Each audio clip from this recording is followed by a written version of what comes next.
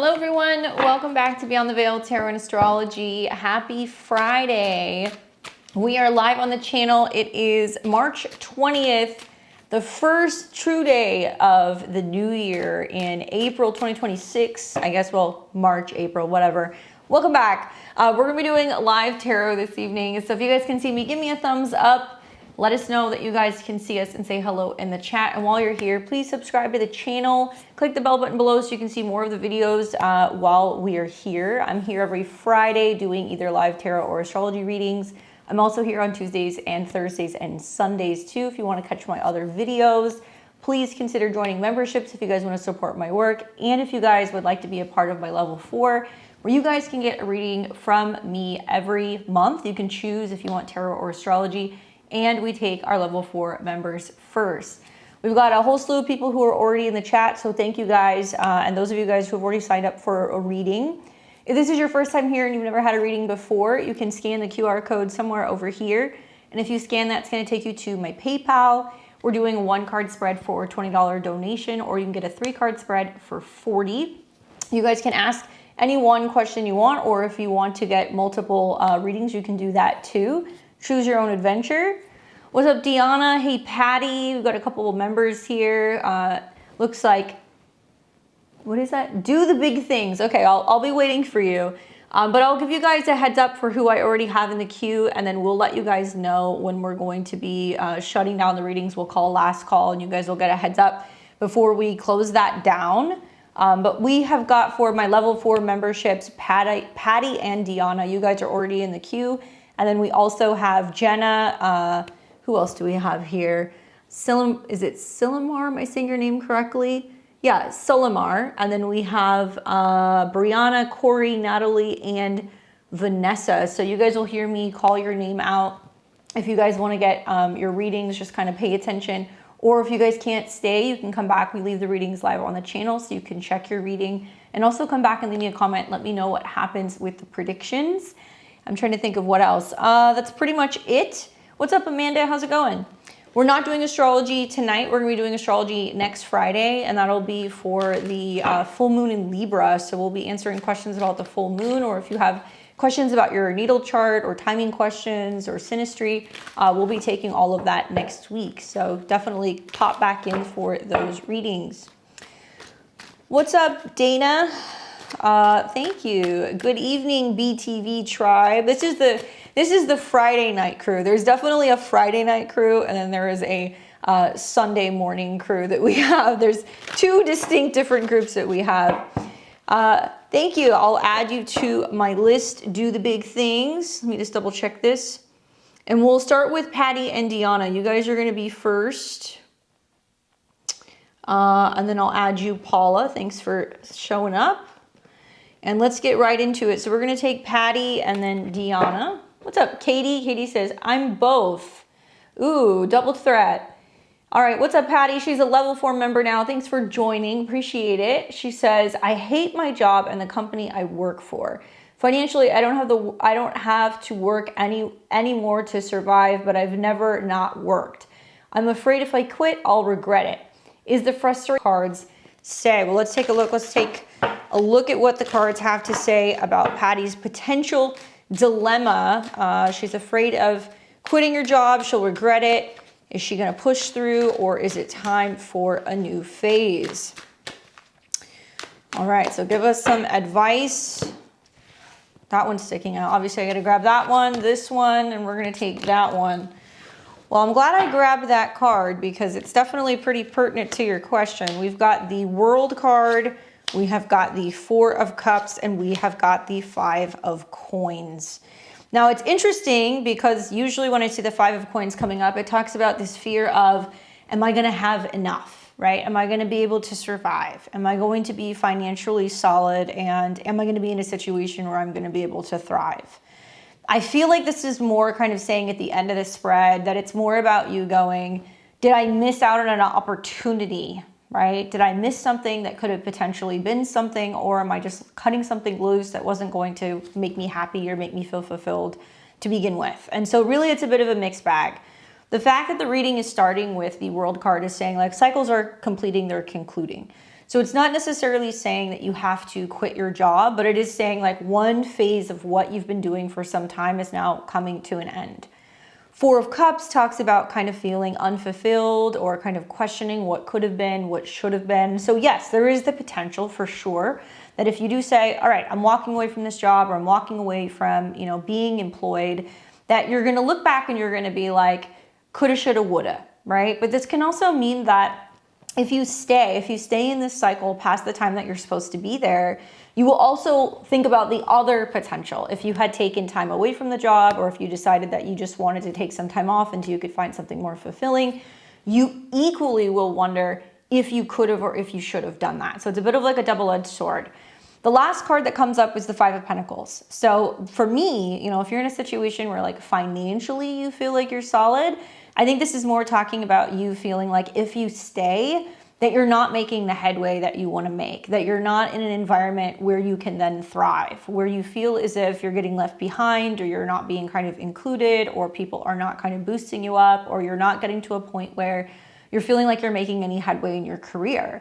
So really it's saying that you don't get to reap the rewards unless you're willing to take a risk, that it's really about you asking yourself, what is going to make you happy? Right? And not feeling like there's going to be regret or remorse either way. Like you don't get to stay at the job and go, oh, I wonder what would happen if I left.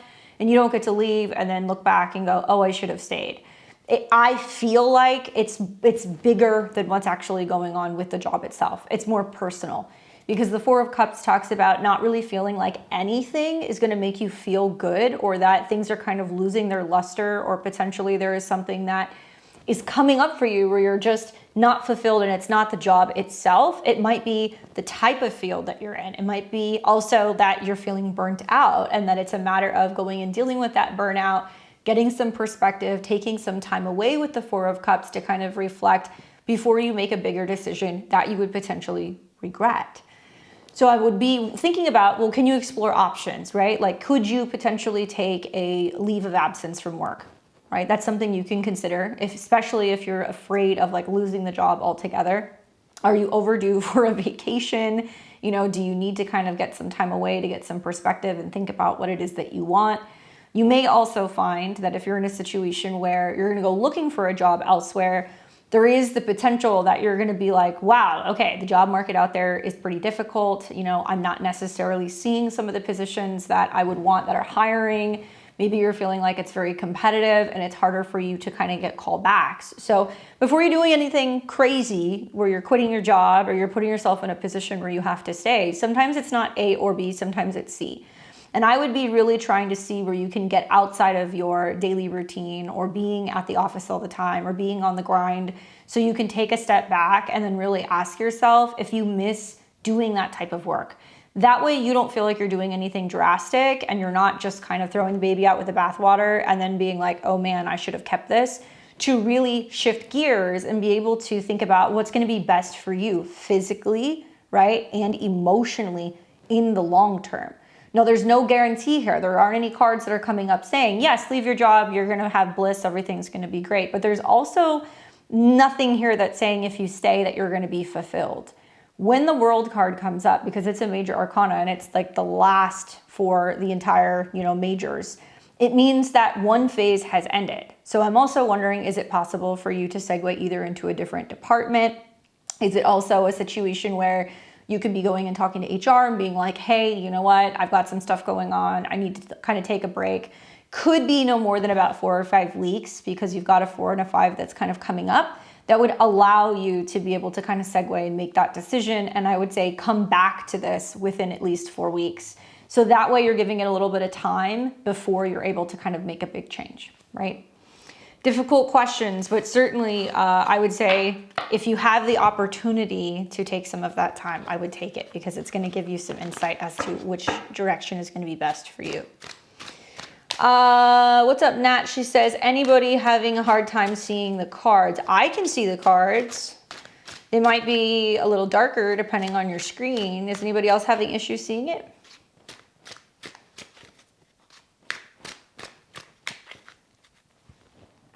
Sorry, just got the text font. Oh, no worries. Okay, cool. Patty, let me know what happens. Book a vacation. Use your PTO. Burn it all down. All right, let's see. We've got Deanna. What's up, Deanna? Intuitively D sent a message. Thanks for being a member, guys. Deanna says, hey, Candace, 3 cards, spring equinox reading. I have a second interview Wednesday with a school organization I worked with 8 years ago. Any help would be great. Definitely not the direction I thought I'd be going in, but I'm open. I love that planets are going into your 9th house, and it's about potentially going and working with education, right? Especially because Saturn rules your 6th. So you're going to an educational kind of space, but maybe in a new way, right? Aries, or you're going to have more independence, or it's going to kind of give you the opportunity to do something different. She says, also going to Colombia and landing on the 17th. Yeah, Alana, I got your question. Thanks, babe. All right, well, let's take a look. What do we need to know about the equinox? Certainly, there's some opportunities work-wise that are knocking in education. What can we tell Deanna for the better part of this change in energy for the next 3 months?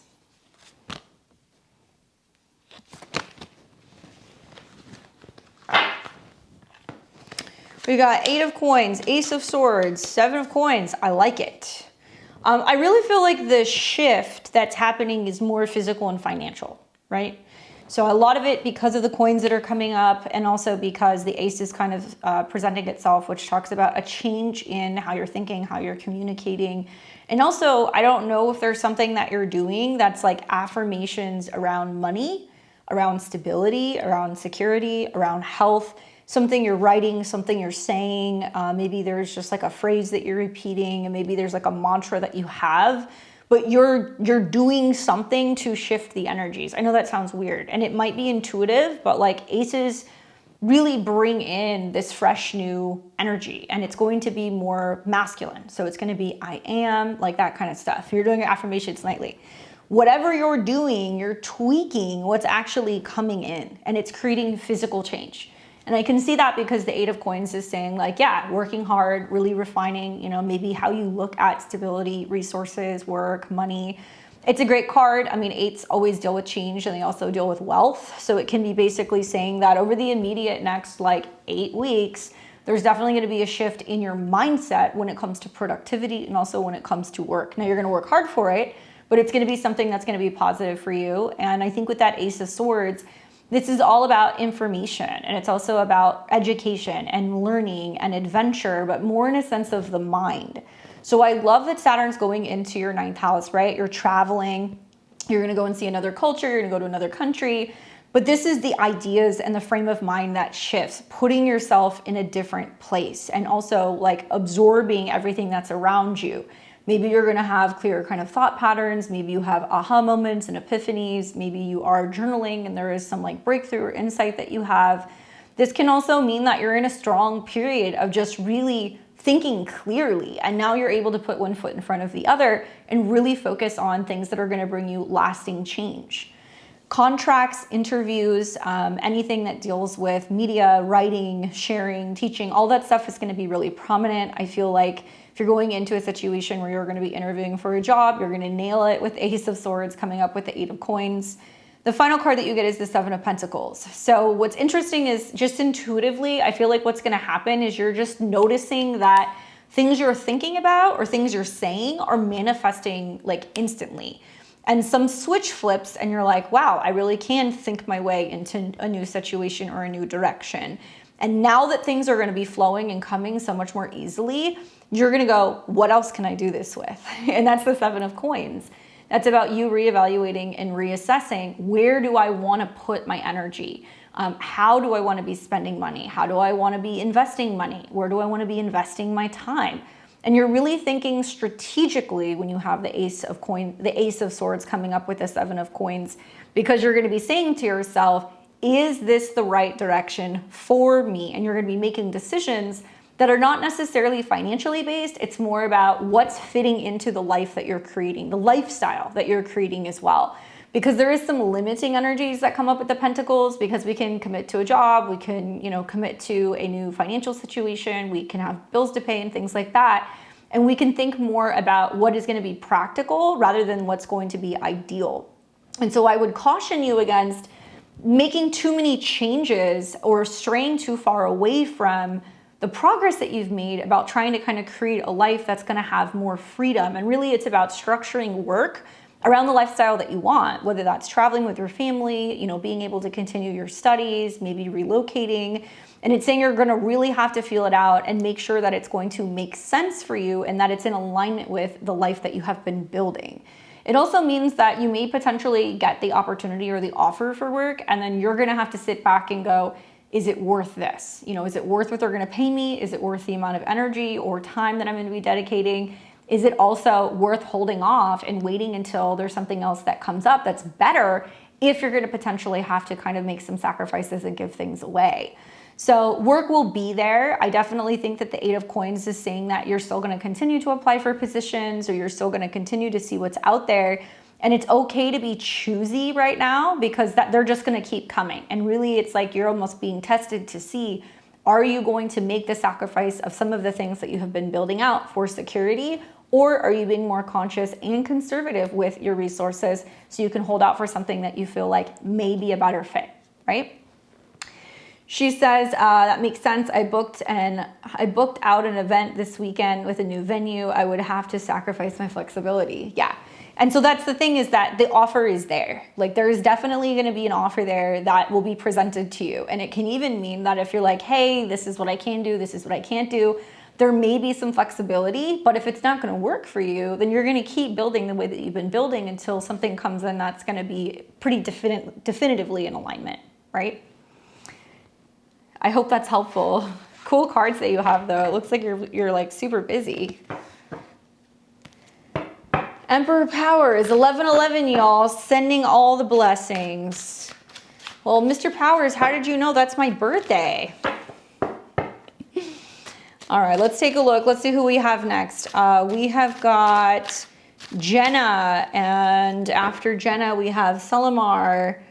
And after that, we're going to have Brianna. All right, excuse me. Yeah, Jenna, I thought it was somebody else. Jenna says, hey, Jenna here, Leo Sun, Virgo Rising, Pisces Moon. That guy was a total bust we talked about the other week. Ugh, I know you've looked into this before, but when is my new guy coming? Where will I meet or find him? Am I doing something wrong? Just give me the information that you can from the cards. Well, let's take a look. What's up, David? David's in the house. Ooh, okay, that one wanted to come out and play.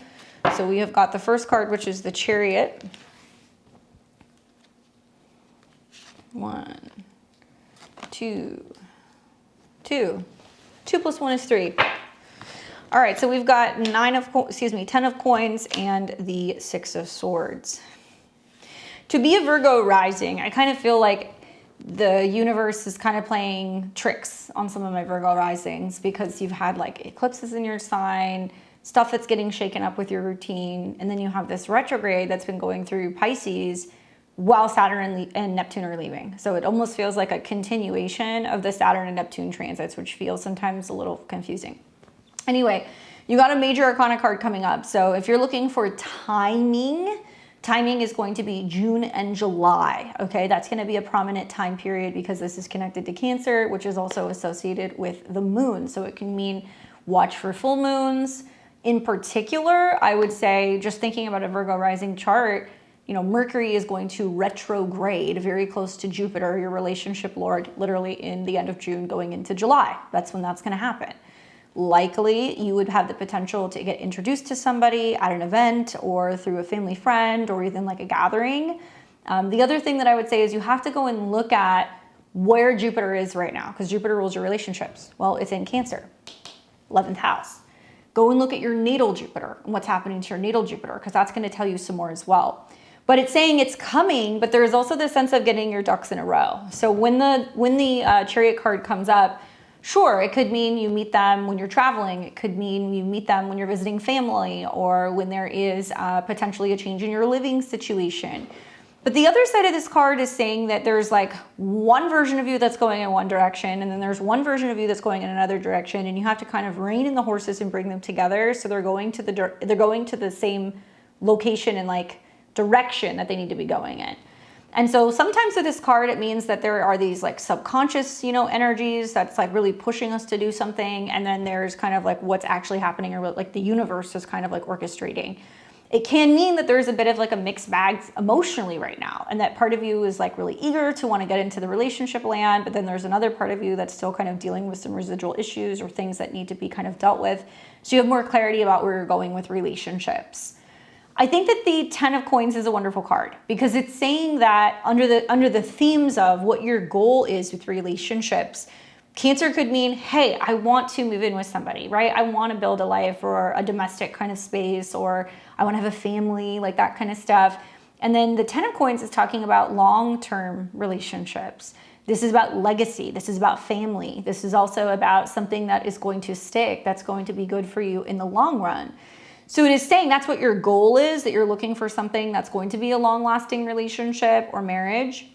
And the 10 of Coins is saying like, don't worry, it's coming. You have something that's coming your way, but it's also about you doing the work right now in preparation for that. And it can be frustrating. I know there's a lot of like, maybe you thought something was going to go one way and then it kind of segued, and it still may very well flip-flop again, right? Because Mercury is going to be in shadow until like mid-April. So we're going to still see some other Mercury-Jupiter trines that will enhance the likelihood of meeting people, although I think it's going to land more over the summer.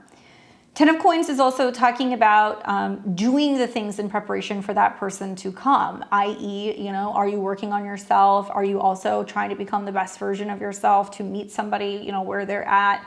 This also means that you're kind of stepping up your game a little bit in terms of what you expect in relationships. 10 of Coins is not about lowering your standards. It's about lowering your expectations so you're not feeling disappointed, and like keeping that kind of expectation for your standards very high. I mean that you're changing up or switching up in some way, like the places or like the type of people that you're hanging out with. Like this is my old money card.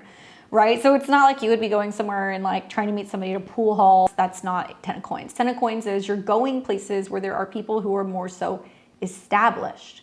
So I would think about, okay, well, what kind of a person do you want to date? Are you trying to meet somebody who's looking for a commitment? Are you trying to meet somebody who wants to settle down? If so, it might mean that you're joining a club or a community or an association that may have people who are already set in life. Now they can be older. It can also be people who you meet through like an organization or like a country club or something like that. That's going to have the types of people who you're interested in. I'm not saying you have to do that, but I would be thinking about just the types of people who are going to be hanging out in public spaces or communities that are going to have the qualities that you're looking for.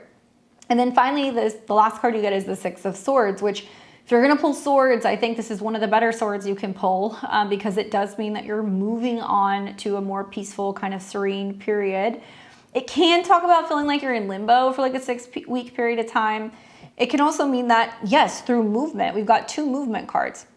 Sometimes this is about moves or relocation, but sometimes this is also about being in limbo where you're not quite ready to get into the relationship, but you're preparing.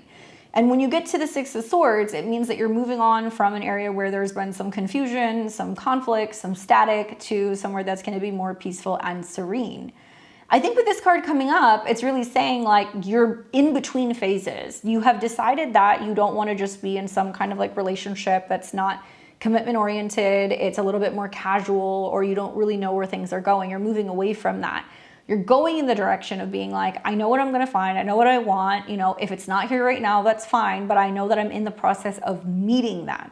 It can also be mind over matter. Like when this card comes up, I always tell people it's a good time to maybe consider creating a vision board, or maybe doing some meditation or visualization exercises, some breath work exercises. And I tell you, my single Virgo risings are going to find that in June and July, when those 2 planets are coming into close proximity, Jupiter and also Mercury, you will meet someone. They could be a friend first. They could come through a community or a family meeting. And then what you will see is there's still one last eclipse in Pisces, and that is going to be taking place in August. So you're likely going to see quite a big change over the summer. I would say, you know, within 6 weeks time, I think you have a better idea of where you want to meet people or how you want to meet them. And then as you're getting into, you know, June and July, that's when you're likely going to see some of this stuff start to kind of shape up. But really think about the type of individual you're trying to meet and maybe some of the places that you can kind of connect with them or some of the communities that you can be a part of, so you're more likely to find somebody who's kind of on your wavelength. Hopefully that's helpful for you. All right, we have got now Selimar, and then after that we've got Brianna and Corey. And if you guys are just tuning in, scan the QR code up here. If you guys want to get a reading, leave your info in the memo box, please. All right, Selimar says 3 cards, astrology reading for March 20th. I'm a Cancer. My question is general, what I most need to know this time for the up and coming month of April. Okay. Are you a Cancer sun or are you a Cancer rising?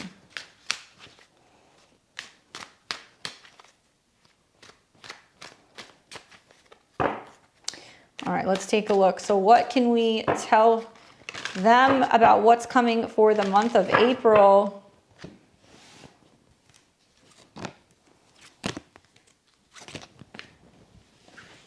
Sorry guys, I want to make sure you can see that. Okay.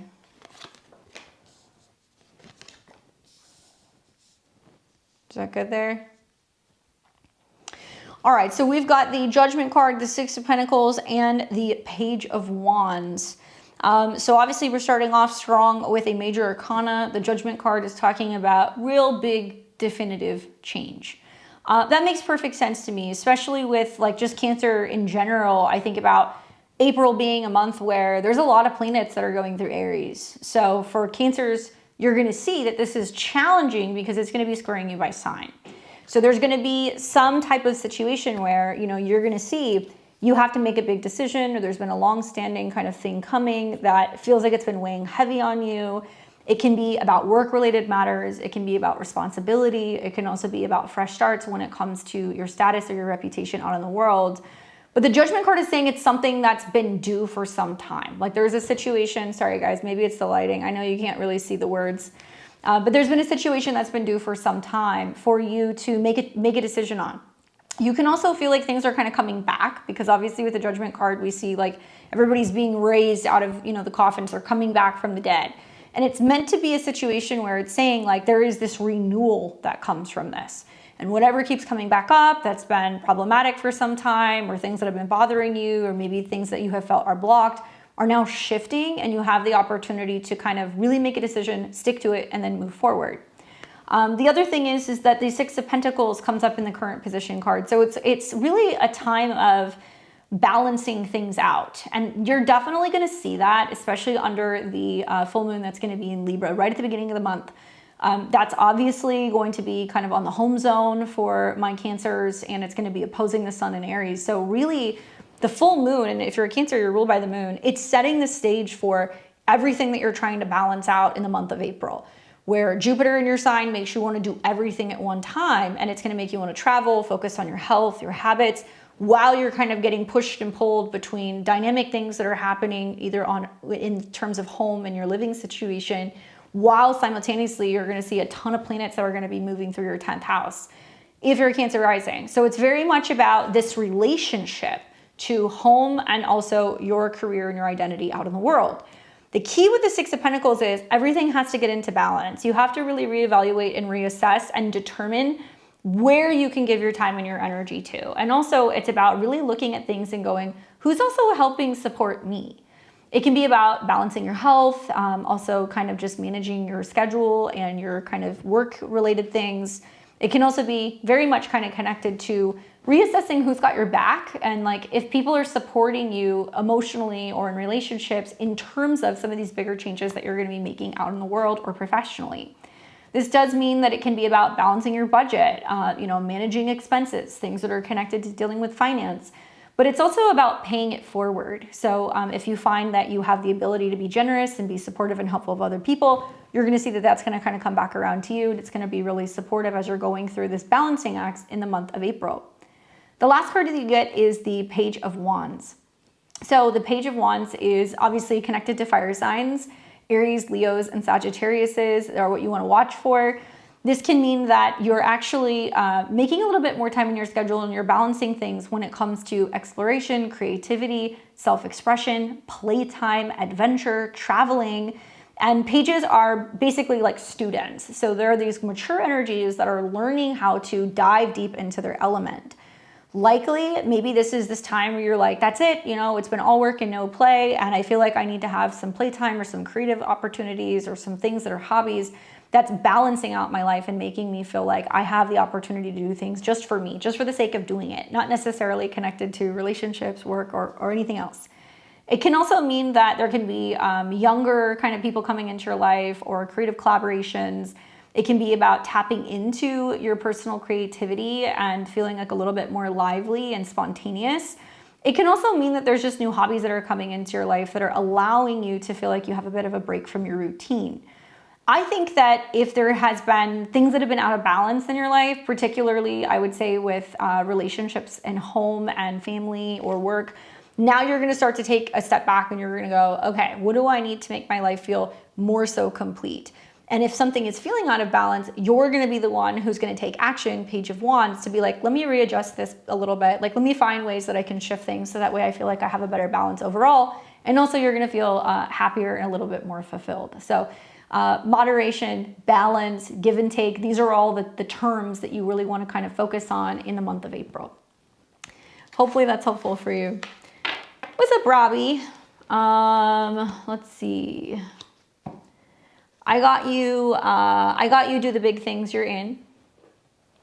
Just want to make sure I'm in line. Thank you. Okay, cool. All right, so we've got Brianna. And then, let me find Brianna. Brianna, Corey, Natalie, you guys are all on deck. And if you guys are wanting to get in the queue, scan the QR code and we'll take you. All right, so let's see what Miss Littles has to say. Candace, I'm tired. I have custody court on the 26th and I feel defeated and depleted. I feel like this is my last attempt before I take a break for a while. It's been years and the paper trail of effort I put in is never good enough. My babies are growing up without me. What can I expect or need to know? Libra rising, right? So many Libra risings are going to court. It's like the Saturn transits in the 7th house. And then the good fight can very much be next month too. It gets extended a little bit. So let's see what we can tell Brianna about this situation. She's feeling worn down. This is her last attempt. She's put a lot of effort and work into this. What advice can you give her about court on the 26th of the month? Couldn't have picked a better card myself. Queen of Pentacles, right? I think, aren't you a Leo? Leo or Aries? You've got a little bit of, I think, one of the two. So Queen of Pentacles. This is talking about, in a sense of you, grounded, prepared, mature, reliable, and status, right? So I'm thinking outside of what you've done with collecting the documents, getting things in order, being on time, you know, making sure you're getting everything in and you're showing up, there's other things you have done, right? There are other things, because this tells me that there's been a huge focus on focusing on your career, showing that you are reliable and mature, showing that you are doing a stand-up job and kind of preparing to be able to host either your kids or being able to provide for your kids. This is also talking about the maturity in your actions and all of your thoughts, like really being shown in court, that you're coming up and you're being seen as an adult. You're not being looked at as somebody who doesn't have their act together. So that's a wonderful card. This can also mean that there can be support that's coming from an older woman. So it could be mother figures, you know, lawyers, sisters, other people that are going to be there to kind of hold you up and boost you up, and people who could even vouch for you, or people who are giving like recommendations and they're speaking on your behalf, or they're submitting things. But it is going to come down to physical, tangible things: money, job, stability, that kind of stuff. And also, you know, the Queen of Coins can be talking about just being in a really healthy state. So even though you're feeling depleted, it's reminding you that like you have to have your wits about you. You know, even though I know you're stressed out, you have to really prioritize yourself, because you're having to present yourself in a way that's like, look, I'm ready, I'm capable, I've got what it takes. I'm 100% here. And you are, but if you're not taking care of your health, that's going to be a problem. So I want you in the days leading up to going to court to be really thinking about, how am I eating? How am I talking to myself? Am I sleeping? You know, what physical things do I need to be doing to appear well rested, to be really ready to go, to be very grounded, and to be patient? Because in doing that, you're going to present better. I think that, you know, of all of the queens, this is the queen that you want to pull, especially if you want to make a good impression or if you want to be taken seriously. And I think some of the work that you have done in between the last time that you had like a court hearing is going to speak for itself. I think it's going to show just how logical and methodical you have approached this whole process of coming back to court, being prepared, showing up, and really proving that you're a good mom. So take care of yourself in the time between now and then. And to be honest with you, really great timing, because, you know, the fact that you're doing all of this basically in March, you're doing it when you're seeing some really nice aspects that are kind of playing out between Mercury and Jupiter. So we need to see that, you know, you're benefiting from that. You're communicating clearly, you're emotionally good, you're well rested. I do feel, just to be honest with you, because you're telling me you're in Aries, you know, for Aries, they're depleted and exhausted because Saturn and Neptune are in their sign. But planets are going to go through Aries pretty much from now until mid-April. And in mid-April, that's when the real fireworks begin, because you start seeing Mars and Saturn that are going to be coming into conjunction. So there's a possibility that there's like a ruling that goes in your favor and you're like, oh my gosh, okay, great, it's happening, and now things are going to change. And then you have people who try to push back on that. They try to fight it. So even though you're tired, get your rest while you can, because the real kind of buildup will actually be taking place mid next month. And when you get there, you'll see exactly what I was talking about. But don't give up, don't back down, stay solid.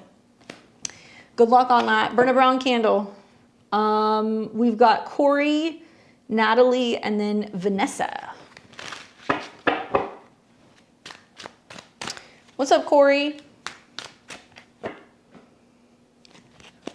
Corey says, what's happening behind the scenes with delays and getting multiple clients to finally commit to purchase orders instead of meeting after meeting still? Let's see. I'm table touching, but what else may I not be seeing or doing? I'm a Cancer sun, Gemini rising, Pisces moon, Aquarius heaven. What's up, Corey? That's so funny. I literally, did you used to like bartend or wait tables? That's a very waiting tables terminology, table touching. I was explaining that to my husband the other day. I was like, you know, everybody needs to work at a restaurant and they need to be treated like shit by people, so you really understand what it's like to be waiting tables or tending to people, and then you have really good appreciation for when you do get good service. And I was explaining to him what table touching is, and that you show up, you greet, you say hi, you get them something to eat or drink, and then you keep circling back. Anyway, made me think of that. All right, so what's going on with this Gemini rising situation? Obviously the Mercury retrograde has been, but you always use that term, table touching. All right, let's take a look. Let's see. What can we tell Corey about this situation, why people are taking so long? Corey, when Mercury trines Jupiter, that's going to be like one of the better days, because for the last like month and a half, Mercury has trined Jupiter. Jupiter is clients, Mercury is you. It's been trining in your houses of money and business, but one of them or both of them have been retrograde, right? So finally, we're going to see here in the next week or so, Mercury is now coming into a trine with Jupiter, and they're both direct.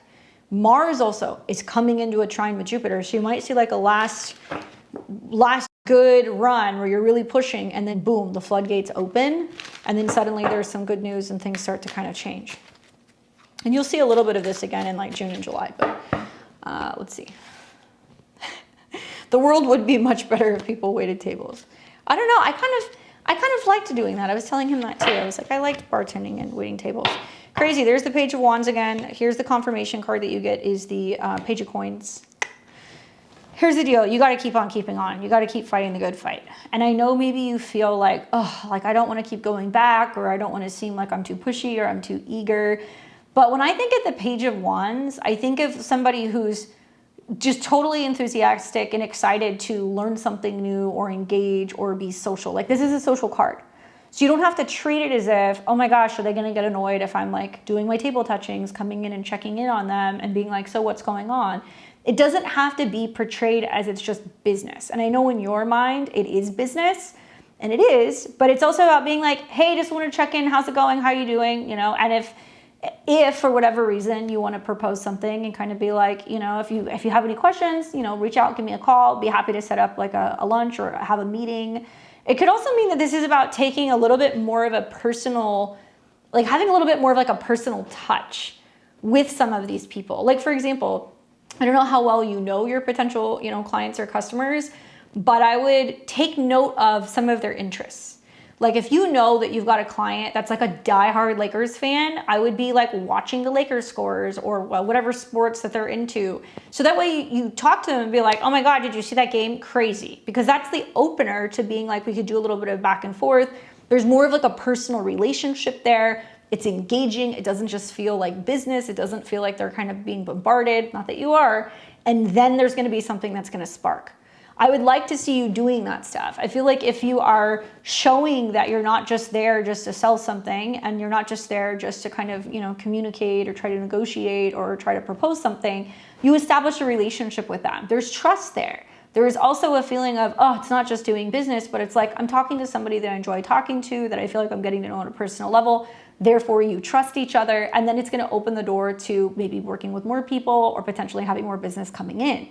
It's more about how you're approaching it. And I really feel like doing that is going to like flip a switch. And Mercury is how you communicate. Pisces is more kind of emotionally and intuitive. And then Jupiter is going to be about something that's going to light them up. Be funny, be charming, crack jokes, try to be personable. Anything that is going to open that door and break the barrier of just looking at it as a transactional dealing is going to take you from a maybe, I think, to people who are like, yeah, when do we get started? And some of the best transits are going to be happening like over the next 2 weeks. So really integrate some of that Jupiter energy, take an interest in them and see what changes. He says, yep, always try to bond on the non-business stuff. They'll appreciate it. With the Page of Coins coming up as the confirmation, it's saying in doing so, you're actually going to have somebody who's going to bite. And I think it's going to be the start of a new business relationship. I don't think it's going to be something that's going to be like a one-off. It might be something continual that's then going to begin to grow. Let me know what happens, especially next week. Come back and leave a comment on this video. I'd like to hear what does go through because there's probably going to be an agreement. Is Mercury in Pisces right now still the cause of this? Yeah, and it's going to trine. I'll let you know when it's going to trine here. Mercury and Jupiter are going to trine. It's going to be on April 2nd. Give or take a day on either side, right? Come back and leave me a message. I want to hear what happens. What's up, Dana? Thank you. I'll add you to my list. We've got Natalie, Vanessa, and then Alana. You're welcome. Hi, can I change my second question, please? I'd like to know if there's anything positive the universe has in store for me at the end of the year. I got you. All right, so on to Natalie and then Vanessa. Natalie, she says, I'm having a hard time with my 7th house transits. We need to start a support group. Issues with a space I was renting, was supposed to open a studio, then people backed out of a deal. May have to take them to court. I'm having issues with a spiritual doctor who has helped me a lot, but caused confusion. Ooh, it says continued on IG. Did I bring my phone in here? I did not. Oh, I did. You got lucky. Okay, hold on a second. I am so fed up with Instagram. No offense, but like I'm never on Instagram anymore. But I will go and look at your message. Give me 1 sec. A spiritual doctor who has helped me a lot with some of my personal issues, but also created a lot of confusion in my life by encouraging me to leave places of work without having planned any further. Okay, thank you. Was that all of it?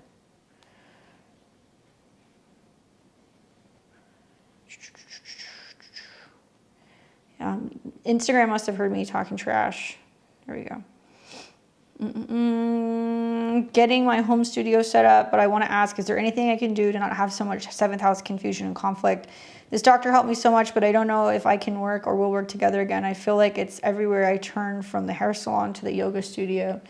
Very, delete the sucker up. It's very Saturn and Neptune, right? So 7th house is relationships of all kinds, clients, business partnerships, therapists, astrologers, all these people, clients. And then Neptune is going to be about anything that deals with your workspace, anything that deals with your health, and anything that deals with services. So there's a lot of going to other people through the 7th house and be like, can you help me? And they're like, yeah, I have all of the answers. But Mars is in Pisces in the 12th house. It means some of them can be shooting at darts at the wall, trying to kind of be like, try this, try doing this, try doing that. And what will happen with the Saturn-Neptune transit in the 7th is you have to be really careful, because you'll get burned by other people because they flake or they're evasive or they don't know what they're talking about. And then you're like, why am I letting other people kind of guide me? I need to pull in the reins, and it's going to be about me cutting off or severing certain relationships with people, or challenging them, calling them on their BS, or, getting legal with them is the 7th house, especially the first 10 degrees of your 7th house deals with legality. If somebody has not abided by a contractual agreement, especially if you have something in writing where they basically were like, we agreed to you taking the space, you signed it, and then they backed out of it, you actually could have a legal case, especially if it's now limiting your ability to get your business up and running and you don't have a place to show clients, even though you're doing your home office, which is still good. So let's take a look. It's time to bring in the sword. The Ace of Swords is Mars, in my opinion. 3 of Coins, Queen of Coins, and the 7 of Pentacles. You're not too late in the game. Okay, but there is inevitably going to be something you had to kind of confront, or you had to kind of deal with these transits. The 3 of Cups, I think, is actually saying there's a way to make this a win-win. Yeah, maybe there's too many cooks in the kitchen, where if you feel like you're just getting advice from a bunch of different people, maybe it's been helpful, but it can also sometimes be confusing. The 3 of Cups actually tells me that there's actually some really good things that are going to come from this. And at least in my experience and how I've approached the transit is knowing that other people can cause confusion. I've been insistent about not trying to get advice from other people. That's just me personally, because I know that it's going to cause confusion. And I also know that with the 7th house, it's about third-party involvement. We've got the 3 of Cups. So I don't think that this is negative. I don't think people are doing this intentionally to persuade you in one direction, lie to you. But I do think that there has been a sense of people being like, yeah, just go ahead, do the things very swiftly. Leave the studio, quit your job, change your relationship, whatever. And everything's going to work out. That's not how life works. Right? And so part of this is other people have this kind of everything will be fine, ignorance is bliss mentality, when in reality, they're not the ones who have to deal with it. So now that there's been some issues here that now you're having to confront head on, it's going to require you to basically be like, where do I need to kind of weed certain people out of, our working relationship, whether that's in a medical sense, as a therapist, with clients, even with people that you've worked with, because there's too many people that are kind of interfering with, I think, some of the decisions that you're making. Also, 7th house is your marketplace. So it can mean that you can be a hot commodity, especially with Jupiter direct.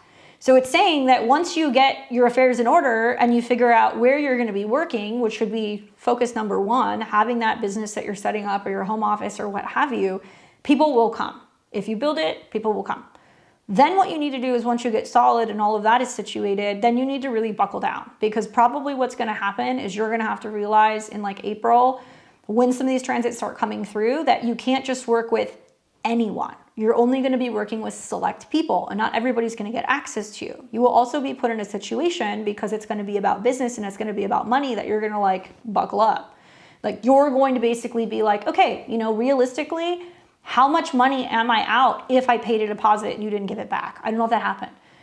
How much is it costing me if I now have to go and invest into my home office, get more equipment, get it all up to code, get it ready to bring people here? Did you potentially lose a month or so's worth of work? If so, take them to court. And I'm not going to be another person who's giving you advice, but I'm going to tell you, you may feel like you have to, because Mars is going to be about your money. Saturn is going to be about your home. You are now giving private one-on-one lessons that are going to be in your home. So rather than working at a studio where, okay, you could work one-on-one with somebody, but you could also be a teacher to 4, 5, 6, 7, 8 students, they're going to get more one-on-one. Don't look at it as, oh, I'm afraid that, if I don't get competitive with my pricing, nobody's going to see me. No, right? like basically it's going to be about demand. And if you are making it harder for everybody to see you, and if you are charging your worth, people will still come. It's going to weed out the bad eggs. I think that this is just about you also being a little bit more, what's the word that I'm looking for? Like being a little bit more business savvy, right? And that can be hard because if you're used to working in other people's businesses, having to deal with other, people who you're collaborating with, or you have a boss, or you have an office space, it's totally different once you're in your own space. It's like the Wild West. So it can be whatever you make it to be. And if you decide that you only want to work certain days, you want to charge a certain price, or that you're only willing to see so many clients, make that commitment, lock in, because now you're going to really start to see what it's like to actually do it all yourself. I also think that the Seven of Wands is saying don't back down, don't take any shit. You will see as planets are sitting within 10 degrees, because everything is moving through that period, pretty much the next week and a half. Then you're also going to see Saturn and Mars go through there next month. There is no escaping the conflict. You can decide if you want to handle it amicably. You can also decide if you want to, stand up for yourself and basically be like, here's the deal. You guys are going to pay me, or I'm going to take you to court. And you're going to have to stand on what it is you say. You're going to have to follow up with it. You can't back down. And also this is about being like competitive. So there can be a sense of you looking at things being like, obviously, I'm going to have to go and set up my own thing. And then I'm going to have people who are going to be kind of shitty with me, professionally, because, well, they might be intimidated by some of the stuff that you're potentially doing. And they're going to be like, oh, well, who does she think she is? Haters going to hate, especially if you have Jupiter going into your 11th house this year. People are definitely going to have something to say, but let them talk. Focus more on getting grounded with what's happening with the home business. Don't let so many people into your space. Don't listen to what everybody is telling you, and be very selective with who you decide to connect and collaborate with, and you'll be okay. And look, if people want to confront you and basically be like, well, I thought we were working well together, I'd be like, nah, it's a wrap. And you don't need to be super nice or be explaining away why you're kind of segueing from working with them. It's all business. It's just very cut and dry, right? Time to activate Aries mode for Libra risings. This is going to be interesting. She says, no, but I did purchase some equipment and other things. I have a lot of documented, and I'm ready to take them to court if we can't settle. Good, do it.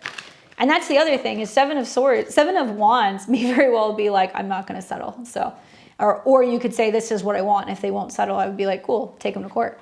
Because that unfortunately may have to happen in terms of what is owed to you. And if they get the frame of mind that you're not willing to back down, and they think they can get you to settle and cave, they may actually be the one who does it. It's almost like them playing chicken. Woof, good luck. If I had $1 for every Libra rising that's going through that right now, probably about $20, at least this week. All right, if you guys still want to get in for the reading, scan the QR code. You can get in there and you can get your reading. Good luck, Natalie. I've got Vanessa, Alana, and Paula.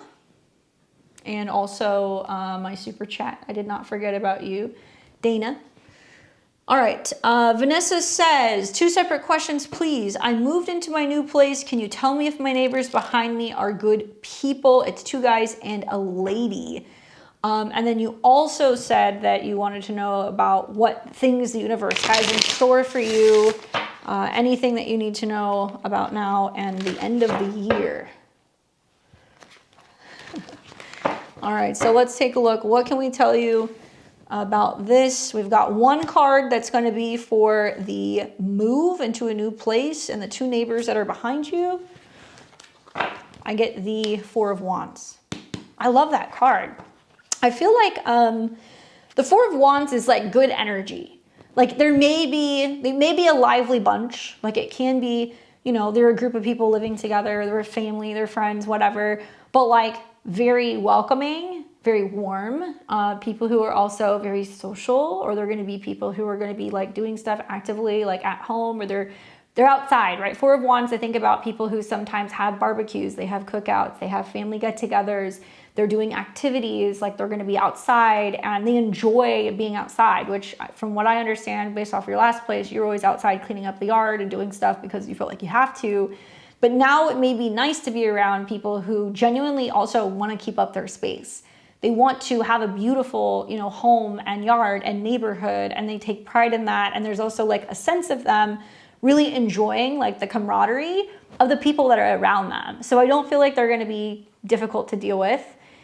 She said, they're not Karens, right? No, if anything, they're a little bit more fun. Okay, that's what I would say. Because sometimes Four of Wands can be people who are like, oh, we're having a party, like come over, you know, like we're all barbecuing on Sunday, come through. And like you may hear get-togethers, you may hear music, there may be things going on outside, but it's lively. And this is a 4. So there's 3 of them, and then you could be that 4th person that's like, hey, I made some friends now, or like they're super friendly and they're always saying hi or inviting me over. So these are not people who are going to be difficult to deal with, or people who are complaining or causing issues or being kind of like picky, not at all. So no, if anything, I would say like the 4 of Wands makes me feel inclined to be like, go over there and be like, hey, like, what's up? I just moved here, I'm Vanessa. Like, you know, hopefully you guys are cool. And like, you can joke around about it, or you can bring something over there, but it's only going to open the door to them feeling like they want to interact with you more. And it would be cool because I feel like the 4 of Wands is about a group of people who are all kind of like looking out for one another. So if they see something that's kind of going on in the neighborhood, or if there's something that's potentially changing in the area, or if they see something that seems off, they're going to talk about it. They're going to be like, hey, did you see what's going on? And like everybody's going to be kind of like checking in with each other. So it would be cool to introduce yourself just so that way you feel like you're breaking the ice, but I think they're going to be totally fine. All right, and then let's see about what advice or insight can we give Vanessa on what the universe has in store for her between now and the end of the year. What does she need to know? They seem to be very to themselves. Wasn't sure the vibe. They just gotta warm up to them a little bit. That's all. But I don't see any issues at all. I don't think it's going to be a problem. Like I said, go and break the ice, because that 4 of Wands is like, hey, like, what's going on? Like, and the more that you see them and you interact, they're going to be friendly. All right, so this is on the end of the year, or between now and the end of the year. You get the Page of Swords. So that can be talking about an air sign. Virgos, Geminis, Aquariuses, and Libras. But this is also about a year of new information, learning, communicating, connecting, stronger intuition.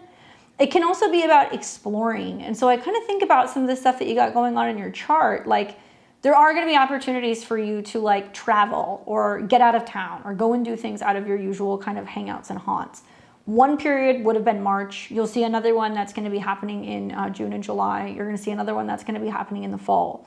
But I think with the Page of Swords, this is really saying like you're more curious than usual this year. There's new interests, there's new people to kind of connect to and communicate with. It also might be a year where you learn something new, because pages, like I said, can kind of be like students. So sometimes I see people, you know, pull this card and they're like, yeah, I got like really into like a book club, or I got really into, you know, this new hobby, or I got really into this like certain new like activity, and like it's really exciting and I love doing it. And so to me, it seems like wherever you follow your curiosity this year, outside of what you're doing with work and like your personal life, it's going to lead to you feeling a lot more connected, a lot more confident. Sometimes this is a card that comes up also when people get really into divination. I have seen that. People who want to learn like how to read tarot, people who want to learn astrology, people who have an interest in studying occultism, metaphysics, all that stuff. And you are having those transits. You have Pluto that's going through your 8th house right now, and it's trining your planets that you have in Libra in the 4th house. So there's this huge unlocking that's more, it's not like woo-woo, it's just like you have downloads, or there are things that you just feel and then you'll start talking about it. I would say like intuitive, anything divination, but anything that would be like automatic writing, channeling, any type of like, let's say you want to read cards, you want to read runes, you want to learn about, you know, sacred symbols or numerology, like that kind of stuff would be really interesting for you this year. I think it would be something that would also start influencing you and like decisions that you make, or where you're going to potentially, you know, in the future, you know, travel to or relocate to, or potentially things that are connected to anything that's written. So it could be like learning the numerology of your name, right? Not a lot of people know that, but like that's a thing. Learning the numerology of your address. That stuff, for whatever reason, seems to be very specific with this. And so maybe you'll start learning about new systems that can kind of help you follow some of your gut intuitions and hunches. And it's going to be something that's going to give you confirmation as you're making, you know, decisions that require change this year. So think about that. Notice if there's any books, podcasts, anything like web series, or even like YouTube channels that are going to be about these topics, because I think it'll be something that you'll find interesting. But overall, Page of Swords is feeling a little braver, feeling like you're willing to kind of speak your mind and also share information, and that it leads you to some exciting new places.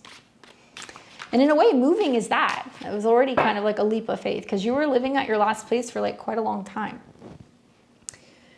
All right, we've got Alana and then Paula. Didn't you say something about 4? My address is a 4. 4 is stable. 4 is, depending on your birth numerology, so if you add the numbers of your day and your month of birth and then reduce them, find out what numerology number you are, but like 4s are about 4 corners, getting grounded, getting solid, staying somewhere, keeping family united and together. Some people are going to do better with 4s than others, but I think that 4s are actually really great. I was there for 20 years. Yeah, so you're already getting out there and being curious and like taking chances and making change. You're already doing it. All right, Alana, she says, what is going on with my love life?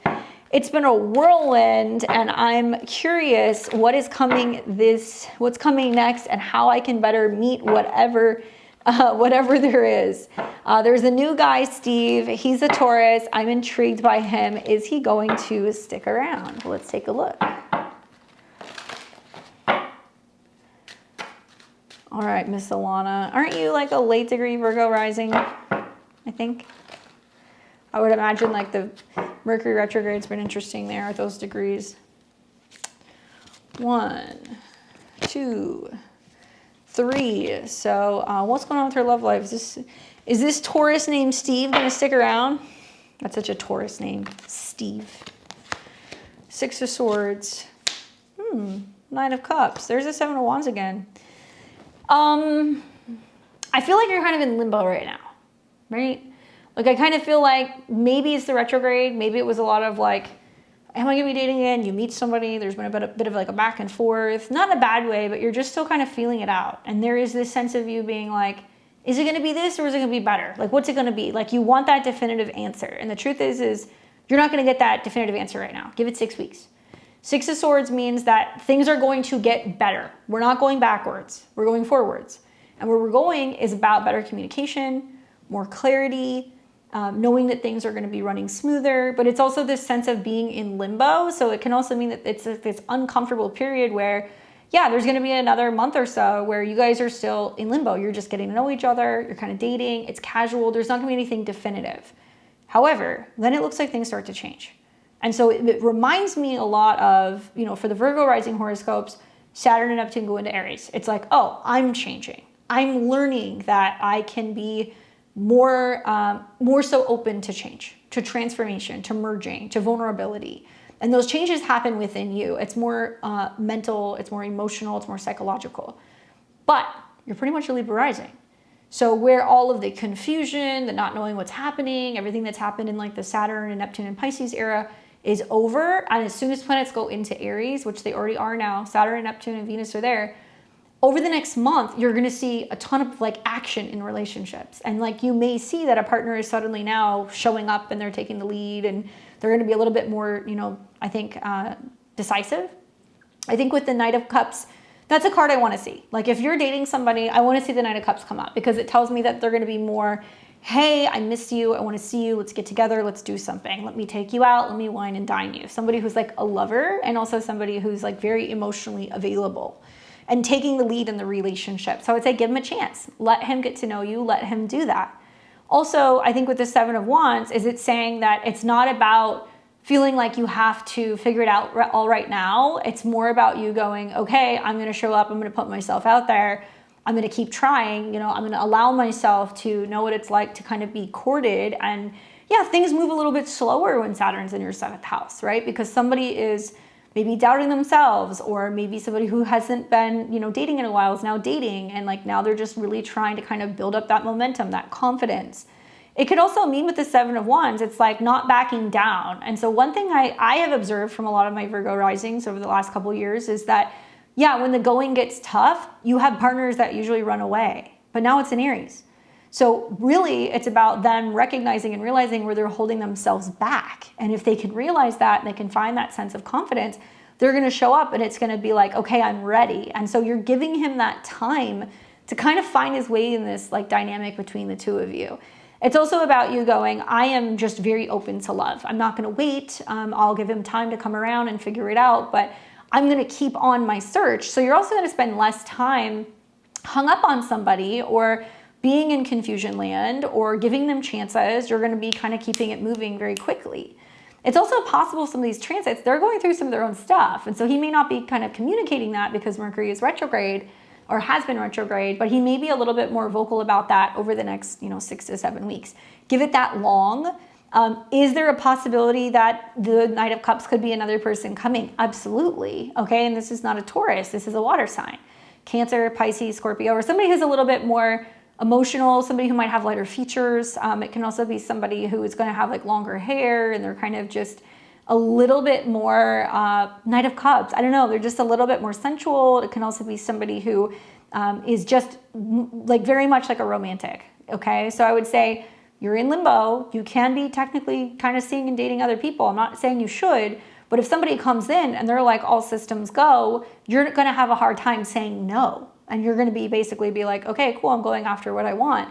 And that's because now the Saturn transit is asking you on one hand to not limit yourself in relationships if other people aren't ready. And on the other hand, it's about bringing people in who I think are really able to kind of like be on your level and connect with you in a more exciting, daring, kind of feisty, fiery way. So I would say Steve has about 6 to 7 weeks. If he doesn't get it together, somebody else is going to come in, potentially steal his thunder. You're going to have a hard time saying no. It is what it is. So don't cut him off yet. Give him a little bit of a chance, but things are only going to get better from here. Good luck. All right, we've got Paula, and then I've got Dana and Crystal, Amanda, and Nay, and Omar's here. What's up, Omar? All right, Miss Paula. Hi there. I would like to know what's next for potentially reconnecting with Andy. Is that on the radar or anything else I need to know about manifesting this reconnection? Paula says, I'm a Sag Sun conjunct Uranus. Okay. Sag rising. Libra moon conjunct Mars. I'm 7th house here, 42, where my North Node is conjunct my descendant in Gemini. What degree is your North Node? Uranus is going to be there soon. So if you're in your 7th house year, things get really active when there's Mercury retrogrades. So you've been going through one in your 4th house where you're like, is it over between me and this person? Am I reconnecting? Being in your feelings, da-da-da-da-da. 13. Okay. And then you're going to be seeing that, Mercury is going to come into conjunction with Saturn. So that's also going to be some tests and trials in about a month or so with communication and dating. And then you're going to see Uranus is going to go into your 7th house, which is going to be either another person coming in or sporadic communication. And like Mars and Uranus are going to meet in July. Mercury is going to retrograde in June. That's going to be an interesting time. Go back and think about what happened when you were 30 and when you were 18, because you'll see similarities. And it's going to be based off of where your natal Mercury is, what house and what sign it's in. And that'll tell you a lot about how this is going to manifest this year. But it's a very different flavor now that you have Uranus in your 7th house, whole sign. It'll be still a couple years before it's in your 7th house. So if you're a Sag rising, Sag sun, Uranus in Sag, Mercury in Sag, you have to understand something. Relationships don't come in until you turn your light on, until there is that shift of your frame of mind, right? I've met those Saggies. They're a colorful bunch. So let's see what you need to know about reconnecting with Andy, because I would be like, girl, Gemini in your 7th house with Uranus. And I say this lovingly, okay? Because you have Mercury that's debilitated in your sign, and it's very close to the sun and also Uranus. This means that a lot of it is just you being like, I'm in, I'm out, I'm in, I'm out, I'm in, I'm out. And like there is this sense of like the 1st house Sag sun and Uranus, and Sag rising, that you guys really appreciate your freedom. And so there can be this sense of sometimes when Uranus is kind of going in and out, there can be more or less like this feeling of, I'll create some static or some issues because, I'm trying to communicate and kind of talking about needing my freedom, and then it creates shockwaves in relationships. And you're also coming into your Uranus opposition where you've been the crazy one. They're going to be the crazy ones for like the next several years So communication as that connection to your third house, to also the Pluto transit, means that if you can communicate your fears and issues in relationships, if you can be vulnerable, if you can also have a little space, do relationships in an unconventional, different way, travel a little bit, don't be in each other's face all the time, give each other a little bit of space, everything's going to be okay. So are there reconnection cards coming up? I mean, not the ones that I'd be looking for, but I do think that the King of Cups is coming up. So it is saying that there is the potential for there to be this like better understanding, I think, of where he's coming from emotionally. And I don't know if he's a water sign or if he's got a lot of water in his chart. But I think that the Three of Wands is saying that there is a potential path where you guys can try again. And like that is a well-lit path, because the Three of Wands is saying, okay, even though one of the two of you guys already kind of chose the direction you're going in, it's still possible that there can be a reconnection or kind of like trying to work some of this stuff out down the line. The other way of looking at this is it's saying that like one of the two of you already chose your path and now things are kind of splitting off. And now you're being able to see all of the like other kind of like opportunities that are kind of, you know, presenting themselves and kind of popping up. She says, he's a Scorpio sun, Venus, Pluto, all conjunct. So it's all in your 12th house. I mean, that's kind of difficult. I'm not going to say you can't do it. But obviously, you said your North Node is conjunct your descendant. And the North Node in the 7th house is wild, because a lot of you guys, especially if you're Sag rising, actually my dad has that. My dad's got Sag rising and he's got North Node in Gemini. He was married twice. I think that there is this sense of like, there's always going to be more than one partner for you. I think that's fair to kind of like just acknowledge. There's always going to be another person around the corner. It's like, I could have this or I could have that. So maybe the Three of Wands is kind of saying, look, you guys chose your paths. Maybe they're not connecting right now, but still a potential in the future. You're keeping your options open. And like expect the unexpected with Uranus in your 7th. I think that you could have unexpected conversations where you could have breakthroughs and you could like really get through to each other. But you could also like go online, you know, go to a local shop. You could go on a road trip and then boom, you meet another person. And so when I look at this, I'm like, yeah, there's potential, but the 10 of Wands is saying that there's been a lot of cycles that you guys have been going through. And it feels like it's been a challenge and it's been an uphill battle. Astrologically speaking, you know, the 12th house is kind of just like karma. And if you've got, you know, Scorpio there natally, and he's got a lot of Scorpio, there's always going to be this side of you where you either, you know, love him so much that, you know, you don't want to lose him and you want to keep him to yourself. And so it can become isolating, or it can be a situation where you feel like you don't totally see him completely, or there's parts of him you don't trust, or you feel like you're like hidden by him in terms of his relationships, right? She says, yes, I'm talking to like 3 other guys right now. Yeah, Gemini 7th house. I mean, you're not going to have an issue meeting people. But I think that you're looking at this being like, okay, it's okay for me to segue. Yes, there's a potential we could reconnect, but by the same token, that's an uphill battle. The 10 of Wands is like you're exhausted, you're tired of the back and forth, you're like burnt out, and you're just about ready to kind of give up. But the King of Cups could be saying that there is an opportunity for him to return more kind of emotionally in a better state, or that you're going to be connecting with water signs. So, you know, Cancer, Pisces, Scorpio type related energy. I think there's still like feelings and love there. I think that with the King of Cups, it's impossible to not have that. But it also makes me feel like in the process of keeping an open mind and saying, hey, maybe it's not never, it's just not right now, you have the opportunity to be like, rather than trying to forge ahead when we're not working, I'm going to let this be. I'm going to see what happens. I know that he's going to be there. But by the same token, what we've been doing has not been working. So I'm going to open myself up to see what else is out there. And if our paths reconnect and it brings us back together, hopefully it'll be good, because we know how Scorpio energies are. They're very fixed. They're very stubborn. They'll fester. And if they're in this like this pattern that they're just like, you know, continuing over and over, it becomes very toxic. And so sometimes, I mean, especially if you're dealing with somebody who has a lot of Scorpio, the best thing you can do is leave them the fuck alone. Do not call them. Do not reach out to them. Make them really feel the loss of your presence. That's what's going to get through to them, especially if they've got Venus-Pluto aspects, regardless of what their rising sign is. Leave them alone. If you do that, he's going to be like, where did she go? Why does she not care? What is she doing? And then he's going to start thinking, and he's going to sit in that. And maybe there's a possibility he comes back and he's like emotionally kind of changed a little bit. In all fairness, I would say for Sag risings, you know, partners have been a little erratic for you. But for Scorpios, they've had Uranus in Taurus for the last, like, what, 7 years. I mean, like, it's been a nightmare. So they also are seeing people who are very reluctant and very stubborn, and like they're not really wanting to, you know, kind of make decisions. And like Uranus is at 29 degrees, so it's the destroyer degree of relationships. Relationships won't change until he really sees planets that are moving through Taurus, which is like April, May. Maybe looking at his natal Venus, you know, is Jupiter trining, you know, and he's going to have a Venus retrograde. So even if you guys aren't on talking terms, all my Scorpios are going to go round and round with relationships in the fall. So put them on a back burner, see if a water sign shows up, keep yourself open, realize that the time apart is going to give you guys the opportunity to get perspective and see what takes place. Hopefully that's helpful for you. I know a couple Sag who are like, that have the Sun, Uranus conjunction in the first house. They're so funny. You guys are wild. You're welcome.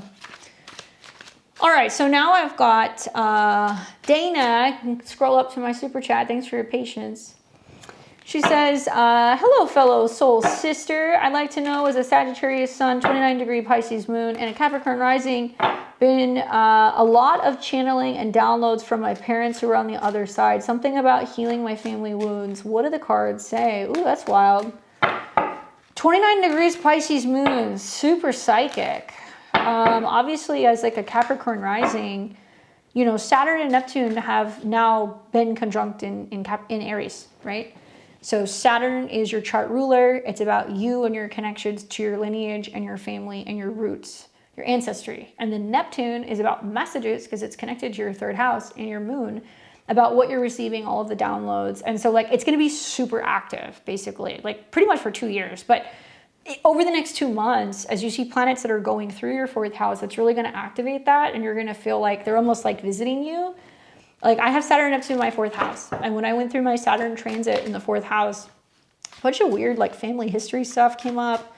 A bunch of things that are connected to, just like I even like, you know, I traveled and went to parts of the world where like my mom's family was from. And I learned a lot about like my dad's family and like our history. And I feel like it was kind of cool because I had bits and pieces of my family history that I literally like integrated into my home, like ancestors that I never met but had a lot in common with. And so creating like an ancestral space might actually be a really good idea. And I would like almost, you know, put up a couple pictures, maybe put out some flowers or some incense or something where you're like, okay, this is like sacred space. I want you guys to be there to help me. I'll do your bidding. What do you need me to work on? What do you need me to heal? Come through for me and help me with this process and see what happens, because it'll probably get even stronger. Well, let's see what the cards say in terms of this situation for you.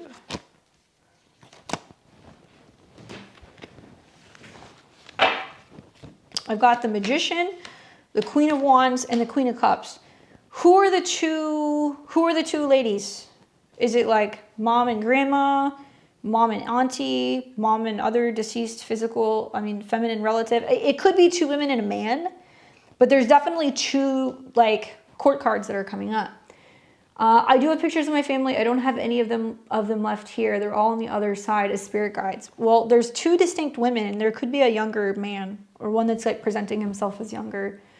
I could also interpret this as like the Magician is basically saying, this is about turning imagination into reality. This is about turning your visions and what you're kind of hearing or what you're feeling and like channeling it into something.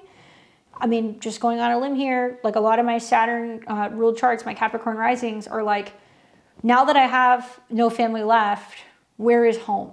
Like, where am I supposed to go? Or when am I going to have my family? Or when am I going to have my space? How do I continue on and feel like you guys are still here? How do I build that space? And so there can be this feeling of being lost. But I think that the channeling will come in because they're coming in to help inspire you and direct you and help you with the process of like still feeling like you can have that home, you can have that family space.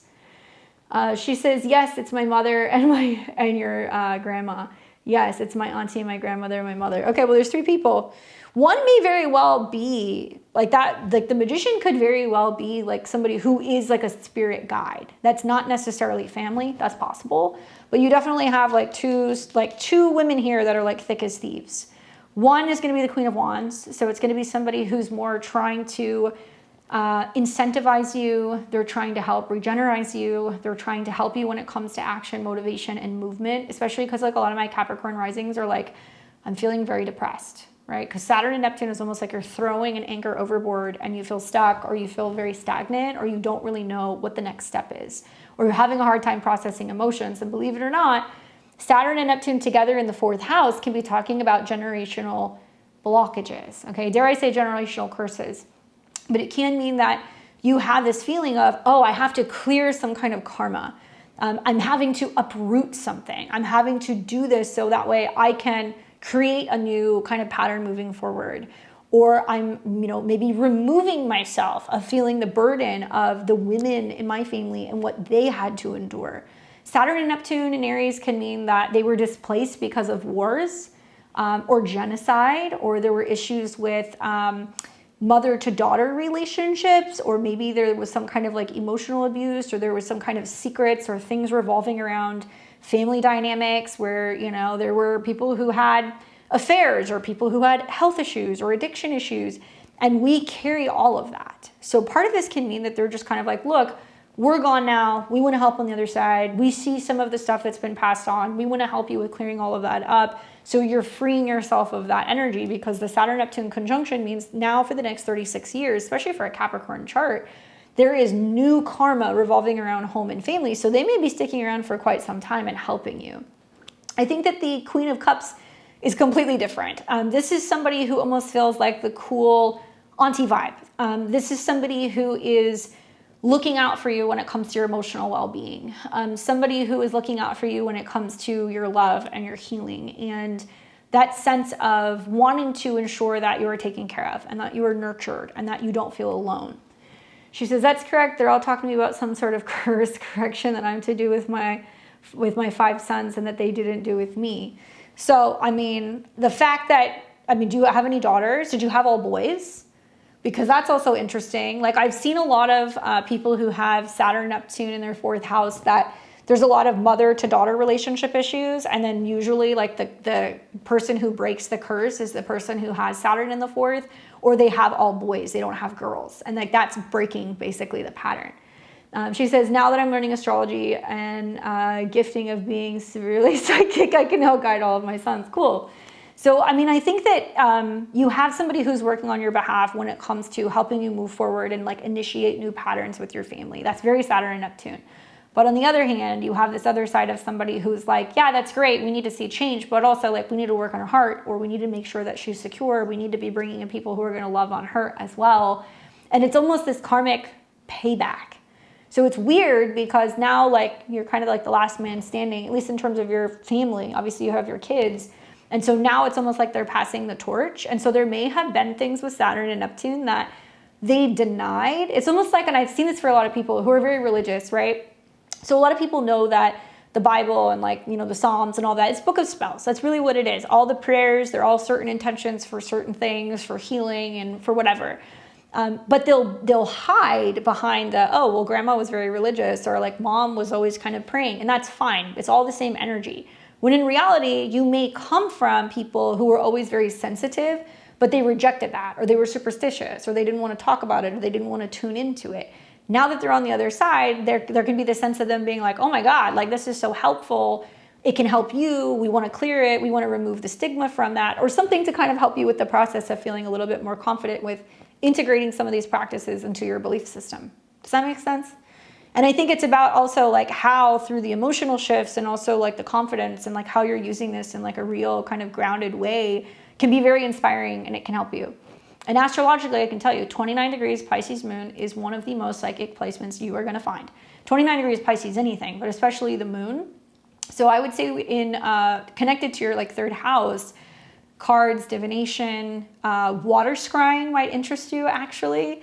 Any divination you can do with your hands or with mirrors is very much like Pisces and stuff like that. And I would really just recommend like just being present for some of this stuff. And because fire and water are coming through, maybe create a space in your home, and nobody needs to know it's like witchy stuff. Put like a vase of flowers. So you've got air, you've got water and earth, and then you can put like a photo of somebody or with family or something that's symbolic of them, and then light a little candle. because this is about integrating fire and water into this energy to be able to make that space conducive. And water is the one element that is consistent in this world and the other world. So it's almost like a lubricant that makes it possible for them to kind of visit and kind of connect with us energetically. So see if there's a little bit more action there. Especially you'll do this somewhere around your kitchen. So it'll be like somewhere around your kitchen or like a coffee bar area or something that's gonna be like maybe like on a mantle or something. It's not in your bedroom. Put it somewhere in that area so you have a space for them. I have one granddaughter, she's an Aries. Will you ever be able to accept payment other than PayPal? I'd love to become a client. Yeah, sure, send me an email. I'm with a partner that I have a karmic soul tie to, is a past life grandfather who came back to nurture me and take care of me. Well, hopefully that Saturn and Neptune transit can be like some of the better years in your later years that you can have, where you feel like, you know, the family is like continuing on just in a new way. But yeah, shoot me an email. Go to my website, it's in the description below, and I will take other payments. Thanks for your cool question. I appreciate it. All right, we've got Paula, Crystal, Amanda. Love you too, my dear. Thanks for stopping by. All right, so let's talk to Paula. What's up, Paula? She says, hi there. I would like to know what is next for potentially reconnecting? Oh, duh, that's Andy. Sorry, Paula. We've got Crystal. Is April a good time to launch my IV and peptide business? Crystal, what's your rising sign? I'm still gonna read the cards, but I'm just curious. Currently taking Ren Butler's course. Oh, I didn't even know he had a course. That's cool. I love his book. That's good for symbolism and like spiritual teachings for those Saturn Neptune transits you've been going through. All right, Crystal, this is for you. I'm going to tell you what it looks like for this IV and peptide business in April. I love that. Those are two things that I do. Temperance. Page of Swords, Ace of Coins, my dear. Great cards. I mean, the one thing I would say about Temperance is it's just kind of like the timing is going to be important, which it does look like in the next month this is going to happen. There are some pretty wild things happening astrologically in April that are going to be both sweet and salty. So I'm going to give you a freebie here, and I'm going to give you some ideas in terms of the days that would be better in April. You always want to do new businesses ideally after a new moon, and there's going to be a new moon that's going to be in Aries around the 16th. I'm not saying you should do it that day, but after the 16th is when the moon is now going to be waxing. So you could do something like when Saturn and Mars separate, and you could see like the moon sextiling Saturn and Mars. That's very much about IVs and needles. And then that would be like around the 20th. And then you're also going to have when Venus starts trining Pluto and the moon. That could be a good day to do it, around the 28th. You just got to be careful with Venus, Saturn, and Mars. That conjunction mid-month is a little tricky. But anyway, Temperance is saying pace yourself, timing, persistence, balance, and planning. It's also saying that it's about offering healing services or offering things where you can help people kind of get into balance. And maybe it's a matter of saying, get your ducks in a row, make sure everything's ready to go, everything's prepared.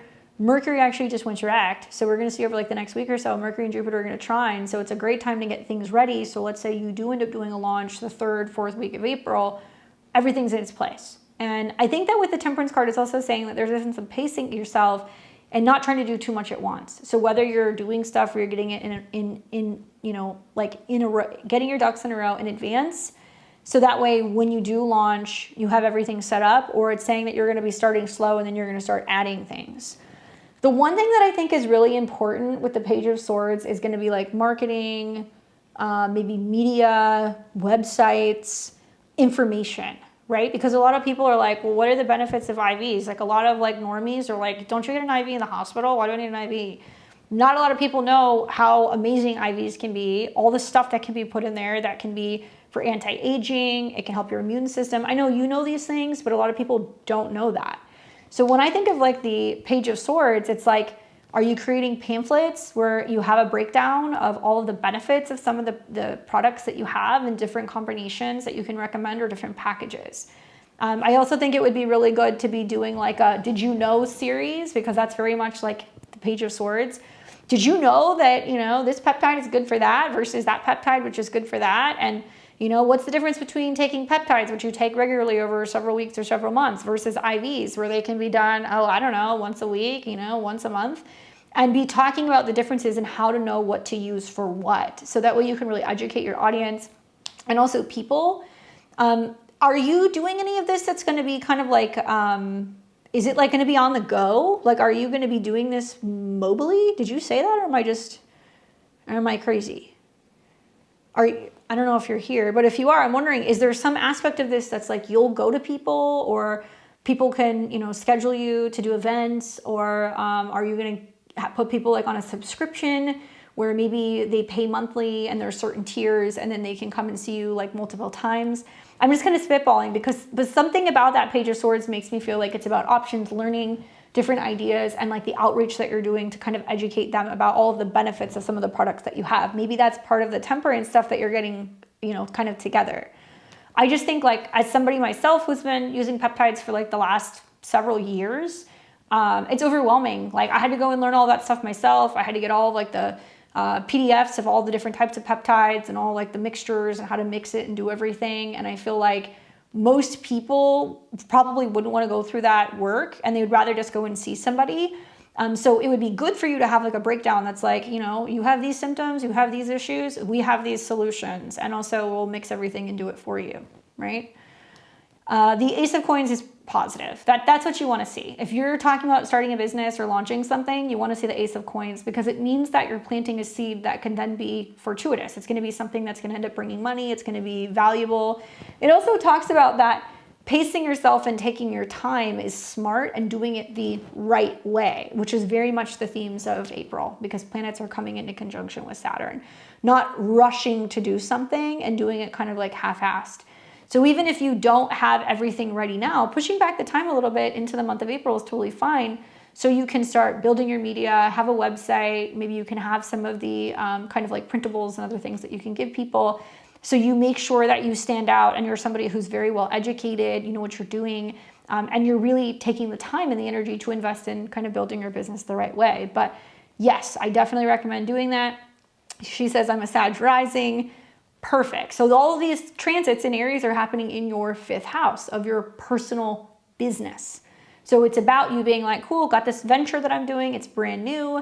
Obviously, you are going to see the sun kind of meeting with Saturn and some other planets here that are going to be meeting with Saturn over the next month, which is really just kind of testing your creative process. And so how you're going to get creative with like, teaching, marketing, showing all of your stuff off, and anything that deals with like fitness or anything that deals with youth or anti-aging. Even maybe like working in something that deals with red light therapy would be a good idea too, if you have Aries that's connected to your whole sign 5th. So Cancer rising. So I'm wondering, like, do you have a space that you're working from, or are you going to be like delivering this to people? Because I feel like, literally you may have a situation where people will be like, I want to get these peptides, and you're like, great, I'll get you on a monthly subscription. I'll ship them to you, or you can come and pick them up. Do something like that where there's options and choices, especially because I feel like with peptides, it can sometimes take several weeks before you can really like start to see or feel the difference. And it can be good to give people the option to kind of, not just do like a one-off, but they're paying for like a package or like for a monthly thing. So that way they can really see the effects of it. Just my 2 cents. But that's going to be a hot business. Everything that's going to be health and wellness and people taking health into their own hands and anti-aging, fighting inflammation. That's going to be all the rage with Saturn, Neptune, and Aries. So you kind of got ahead of the curve on that one. Great business idea. Well, way to do. All right, we've got Amanda, and then Nay, and then Omar. And if you guys want to get in, we're going to call last call. So get your readings in. All right, what's up, Amanda? Hey girl, do mine last. Okay, I'll come back to you. We've got Nay and then we have Omar. All right, what's up, Nay? What can I expect in my love life now and the months to come? I'm an Aries with a Leo rising. Let's take a look. Other than Nay, Omar, Rhonda, Joseph, Nayla, Susanna, I have all of you guys. So if you hear your name, I got you. And we're going to call last call. All right, Nay, what can I expect in my love life now in the next couple of months to come? Yeah, I have RB. 1, 2, 3. I love when somebody says, what can I expect with my love life? And they get the Ace of Cups. Ace of Cups, the Chariot, and the 3 of Pentacles. Well, it's obvious that there's going to be quite a bit of change over the next 3 months, okay? Or like 3-month intervals. Obviously, we just started like Aries season, so this is here in the United States or in the Northern Hemisphere, we have the spring equinox. So it's the reset for the whole year, but the equinox and the solstices, they kind of break the year up into quarters. So everything's new, it's being ignited.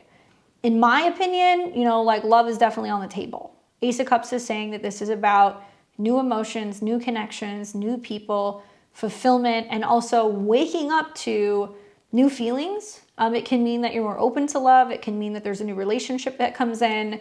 It also tells me there's a lot of emotions that are tied to relationship progression. Obviously, you're asking about it. This can also mean that things start to heat up as we're getting into the summer months, okay? So you may see sometime around June and July is when this is going to be most active, because that's what the Chariot card is about. It's about like the summer and also just changing circumstances. I also think that with the Chariot card, this can be saying like, now you're going to see that relationships are going to come in much more quickly. Now you're going to see things that are going to develop and there's going to be much quicker movement. Could also be about travel, changes with your home, relocation stuff. But I feel like your emotions are really kind of telling you like it's time to get the show on the road with relationships. You do want to see something that's developing that's going to bring you security and stability. I also think there can be changes in regards to not just your home, but your family. Maybe this means that there's traveling opportunities. There can be sometimes changes with vehicles that can come up with this card as well. But you're getting your emotions on board with some of the changes that you want to see long-term overall. And like you're working hard towards some of your goals. 3 of Coins. 3 of Coins is about working together as a team effort. So maybe it means that you feel like you have more support from your family. There's more change kind of going on with you in a positive manner with your emotions. You can see relationships are really picking up and you're really steadfast when it comes to your financial and your professional goals. And that you have support. It's almost like you feel like there's 3 pillars: relationships, home, and work. And it's like you going, I want all 3 of these things to be solid. I don't want to be giving way to more than to one than to another, or feeling like I can't have one of them because I'm focused on the other 2. And the 3 of Pentacles can mean that there could be new jobs. There's going to be opportunities for, you know, you to really focus on maybe working with new teams, that there can be positive kind of changes happening with the circumstances of your career, and that you're really starting to feel like you're making headway. And it'll give you the opportunity to then be like, wow, okay, now I can be a little bit more optimistic about if I do want to travel or change my vehicle, if I do want to move. If there's anything that's kind of going on, especially where you're needing to make more time for your private life and also your relationships, you're going to feel incentivized and that you're able to kind of do that, and that people are coming in that are supporting you as you're kind of making some of these bigger decisions about rebalancing some of the different kind of areas of focus in your life. So yeah, get ready for things to take, like, I think quite a big emotional turn for the better. And also I think that this can mean, you know, that you're kind of buckling down and you're getting more serious about who or what you're investing your time or your energy into. Hopefully that's helpful for you, Nay. Great cards. I'm excited to see what happens, especially in like June and July. That seems to be the turning point.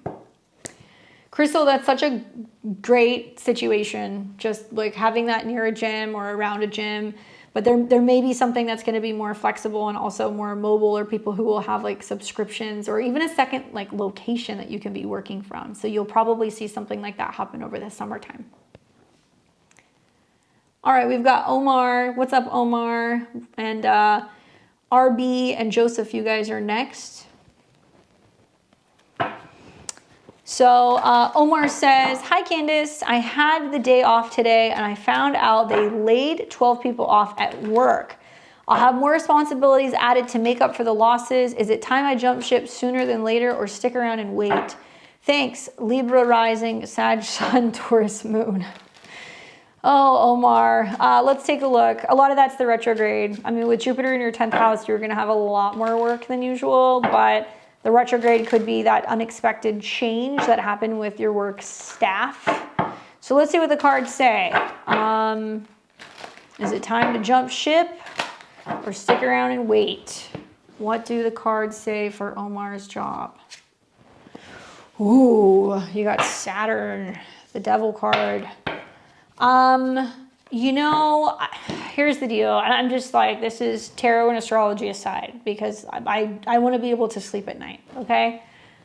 Economically, I don't think things are going to be so hot this year, just from what I can see astrologically. I'm not basing this off of any financial forecast. I just know that the Saturn-Pluto sextiles, a lot of people are now going to be out of work because there is such quick and rapid changing developments with technology. With that being said, if you have a good job, if you have job security, if you're getting a paycheck, if you have benefits, I would really recommend keeping your job, at least for right now. There's going to be some other things that are going to come up that could potentially impact your job. You're going to have to go and look at where your natal moon is. You're also going to want to think about that there's probably going to be some more layoffs that are going to be coming in June or July if you're Libra rising, because you're going to see retrogrades happening in your 10th house.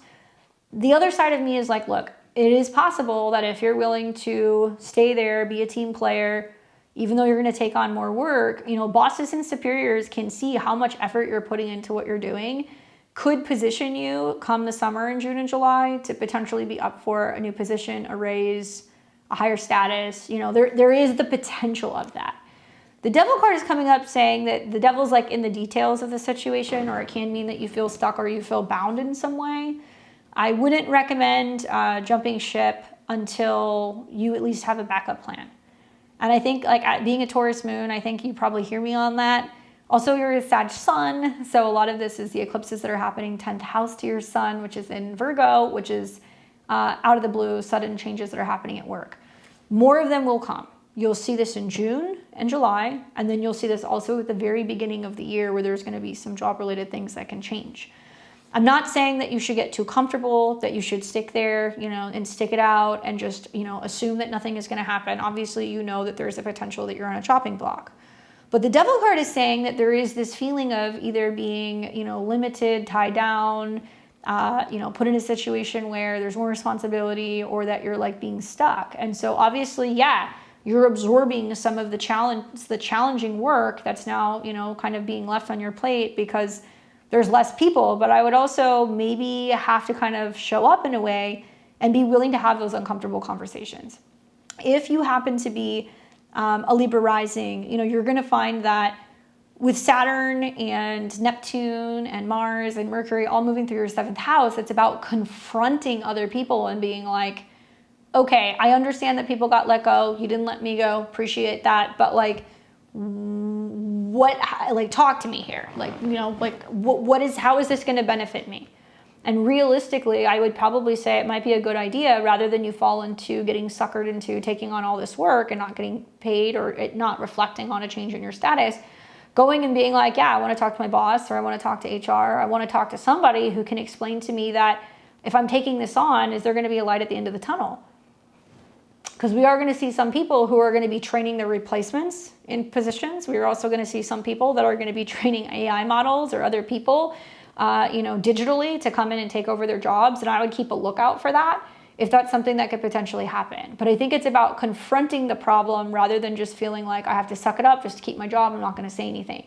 Go in there and ask questions and act stupid. Be like, so what does this mean? You know, like, how is this changing me? Okay, I understand. I'm going to have to take on more. So am I being compensated for that? Am I getting a change in status? Am I getting more benefits? Like, literally pay stupid. And don't go into it saying nothing, because then you are going to be under their thumb, because the devil card is basically saying this is your chance now to speak out and potentially break free before you get into a very limiting situation where if they know that you're going to go and do the work for the next 6 to 12 months and you're not going to say anything, why would they pay you anymore? Ask the questions. Don't get stuck. Also, don't quit your job if you've got a solid job right now. You have room to reevaluate that as you're getting into sometime between, I would say, June and August. All right, RB, and then Joseph, and then Naya, RB. What advice is there for me making the most of this time in my career? Well, I don't know your rising sign or any of that because this is not astrology, but I appreciate your date of birth and your time. But I can see you're a Capricorn. So let's take a look. Let's see what can we tell RB about making the most during this time of their career.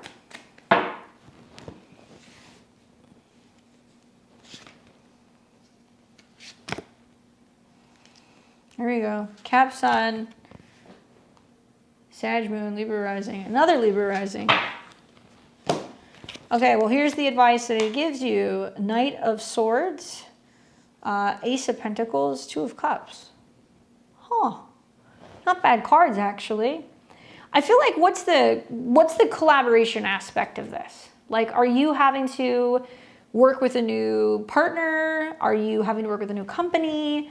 Are you having to take on a new client? Are you now offering new services?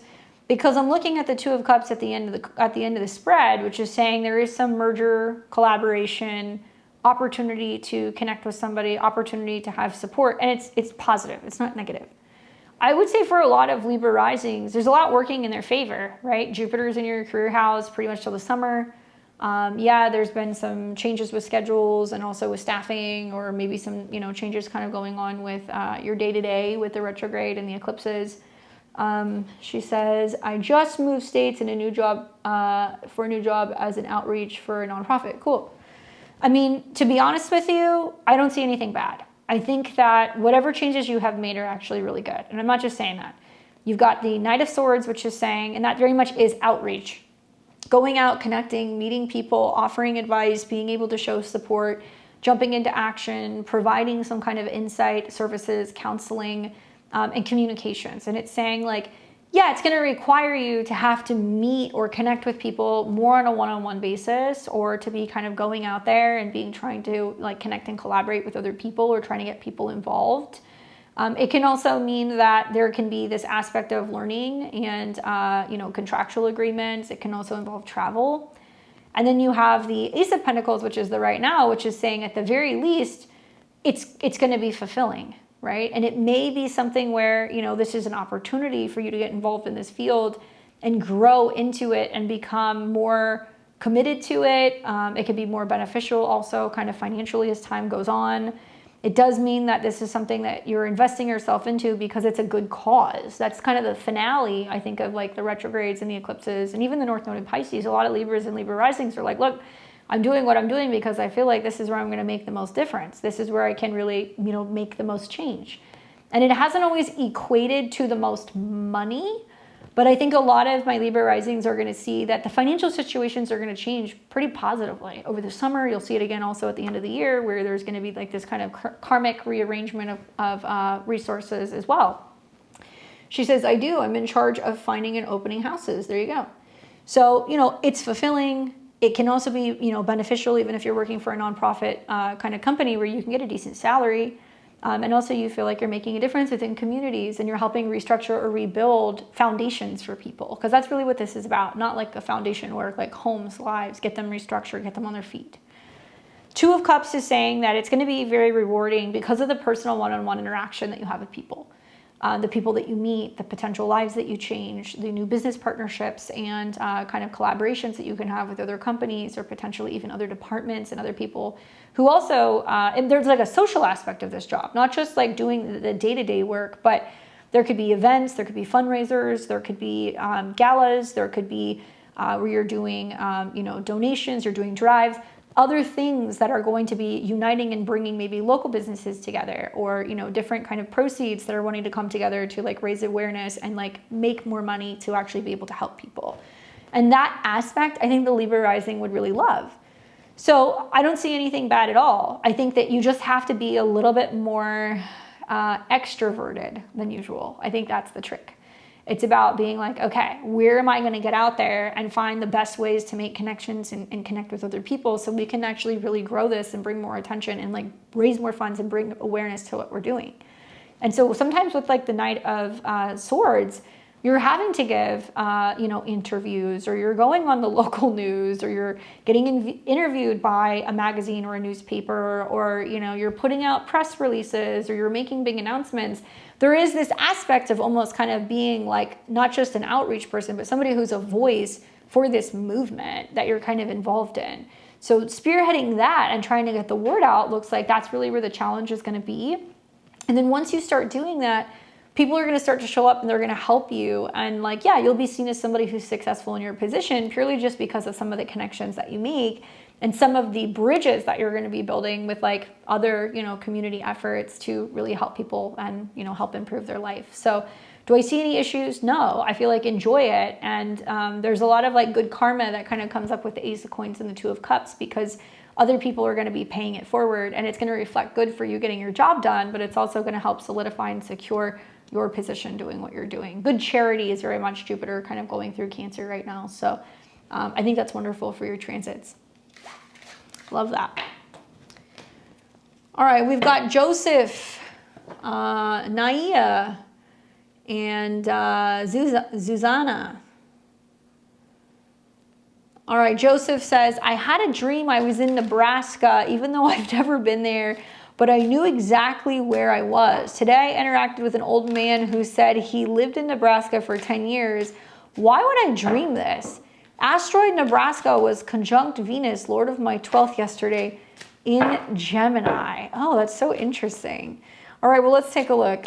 It's crazy. When you go and like look up all the asteroids and what they mean, it's like so crazy. You can go down a rabbit hole. My dreams have been so nuts the last like week. They've been so like literal and visual and like weird like phrases and things. It's bizarre. It must be like all the Pisces stuff.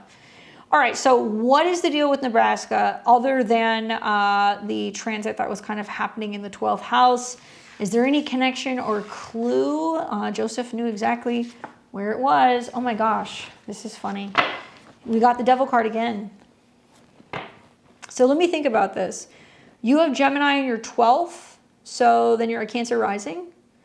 And Saturn is going into your 10th house, whole sign. So that basically means that you've got the Lord of your 7th relationships going into your 10th, which is about status and purpose and direction. I'm not saying you're going to move to Nebraska.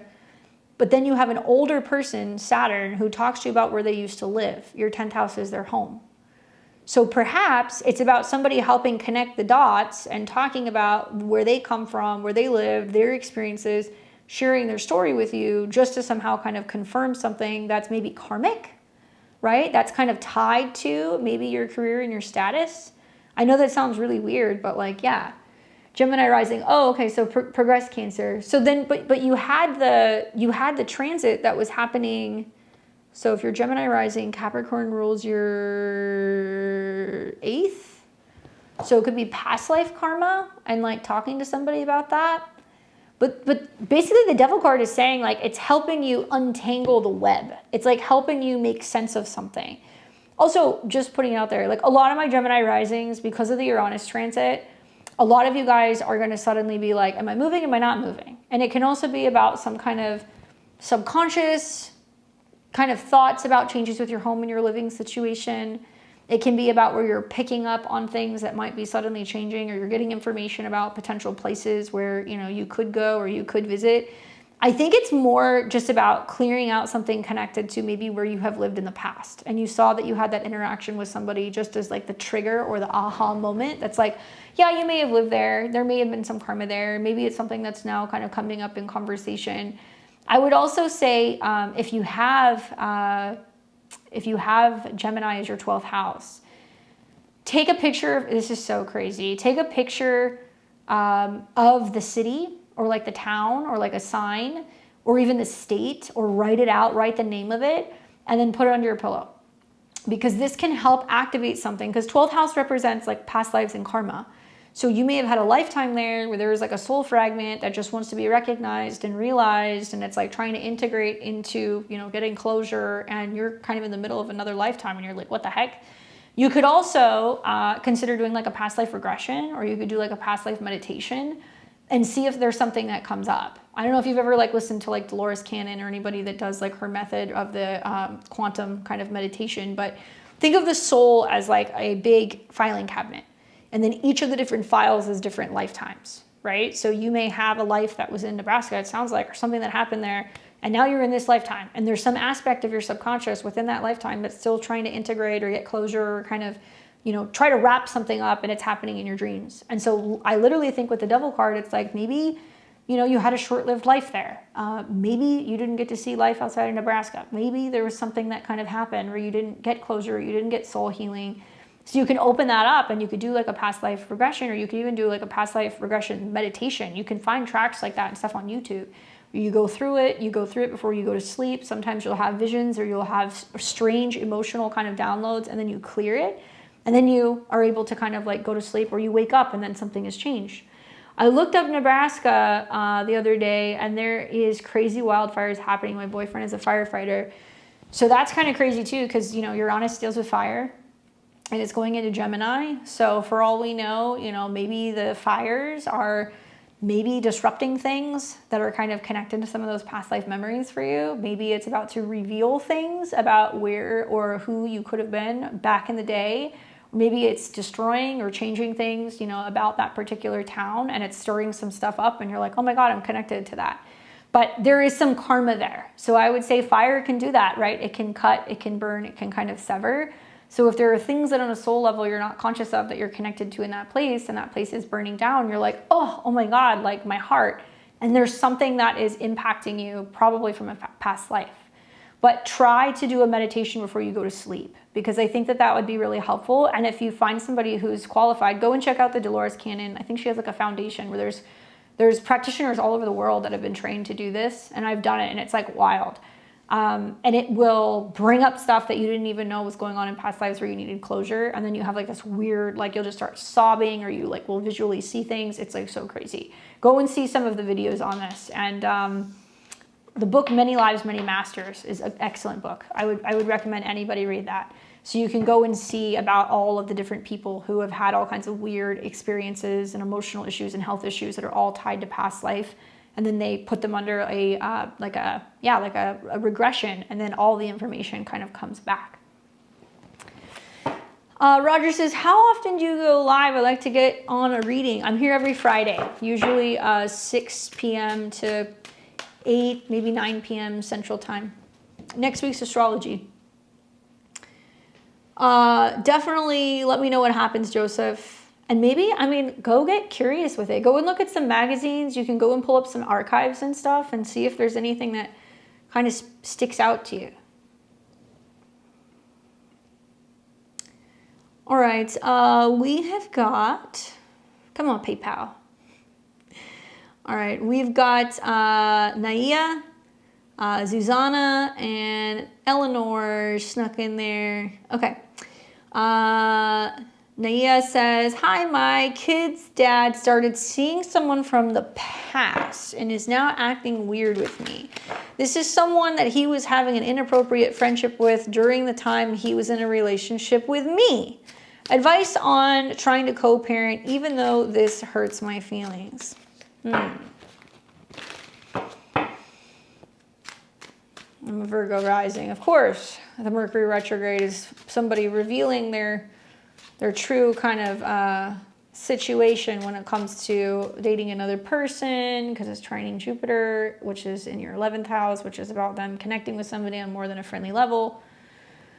I don't know his rising, but he's a Gemini sun. I was going to say, sounds like, not to discriminate, but I wanted to be like, is it Gemini?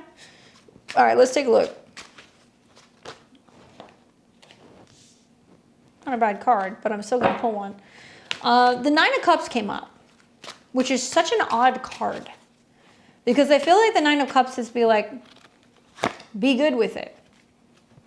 Which I know is not necessarily what you want to hear, but that's the advice that I gave you.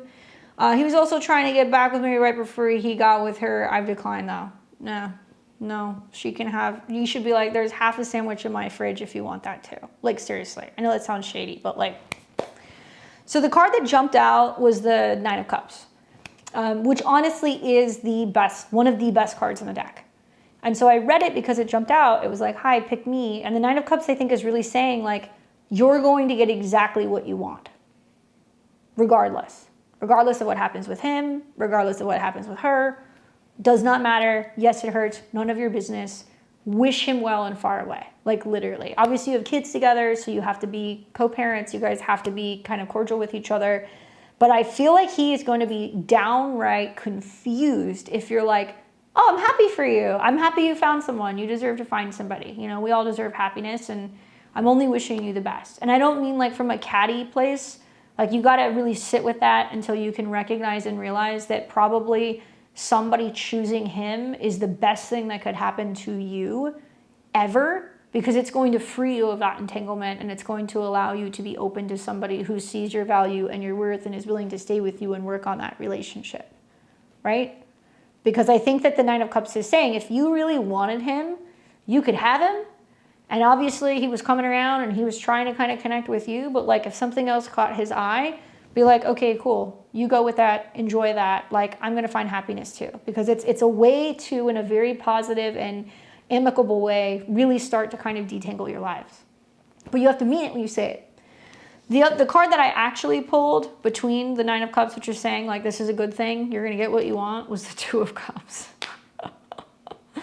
So it's saying, maybe if you have two people who have been back and forth, unwilling to let each other go, trying to stay for all the best reasons, but also trying to stay for all the wrong reasons, you get to a point where you're just burnt out, you're tired, and it's not that you guys don't have love for each other, it's just maybe you guys aren't each other's person. And I think the Two of Cups is kind of saying there's actually a much better person who's coming in. So look at this as an opportunity where him choosing to go and connect with her and whatever. Okay, obviously that sucks. If he had an inappropriate relationship with her, y'all were together, or they were friends, or he was lying to you about it, whatever, that doesn't matter. Let them have each other, because it's saying that this is opening the door for you to have true union and relationships. And he's making it easy on you. He's not holding you back. He's giving you green light to be cool, and he, in a way, does not want to get any slack for having this relationship. And I'm not saying that you shouldn't feel hurt or that you shouldn't say something, but for right now, I think it's going to confuse the hell out of him if you're happy for him and you wish him well, because it is an easy way out, and it's going to allow somebody to come into your life that is going to be more so compatible, and somebody who is going to see your value rather than kind of getting excited by things that have been just kind of hanging around. I mean, I know that sounds weird, but these are very positive cards. It hurts, but he's making space for somebody who I think is going to be better, personally. Let me know what happens. It might take time to get there. Give it some time. This is a sign that somebody else is coming in, so he's helping you with the process. And it sucks because you want to be the one to do it. You want to be the one that's I found somebody else, but in reality, because he got distracted, and the Mercury retrograde that's going to happen in June or July, granted, I don't know his sign, right? But I'm going to tell you, Jupiter going through Cancer, maybe a lot of Geminis are yeah, I like the idea of security and being in a relationship and it all working out, but Mars and Jupiter are going to be meeting several times in Leo, which means there's going to be a lot of back and forth that's going to be going on in relationships over the summer. So he may very well be this is what I want. It may not be consistent. He's going to come back and you're going to be no, you decided to leave. Stay there. Trust me. Give it about 6 months. All right. Susanna. I'm a Taurus sun, Taurus moon, Capricorn rising. Earth mama. Undergoing some significant life changes now with having to move after 10 years of living in the same place. I'd like to know if there will be significant improvement in my life after I move. Kind of unavoidable, with the Capricorn rising, with Saturn going into Aries, there's a fresh start somewhere new. You're kind of ooh, is it going to be good? What's it going to be like? And then you've got all this Taurus in your chart, and I'm going to tell you, for the Taurus energy, Saturn and Neptune going into Aries is going to bring you peace. You might feel a little bit more isolated and alone, but it's going to bring you peace. And like, there's going to be an upheaval over the next 2 months with all the planets going through Aries, particularly the end of this month in mid-April. That's when things are going to peak and then it's going to subside. But let's see, what do the cards say about making this move after 10 years of being in the same place? Is there going to be significant improvement?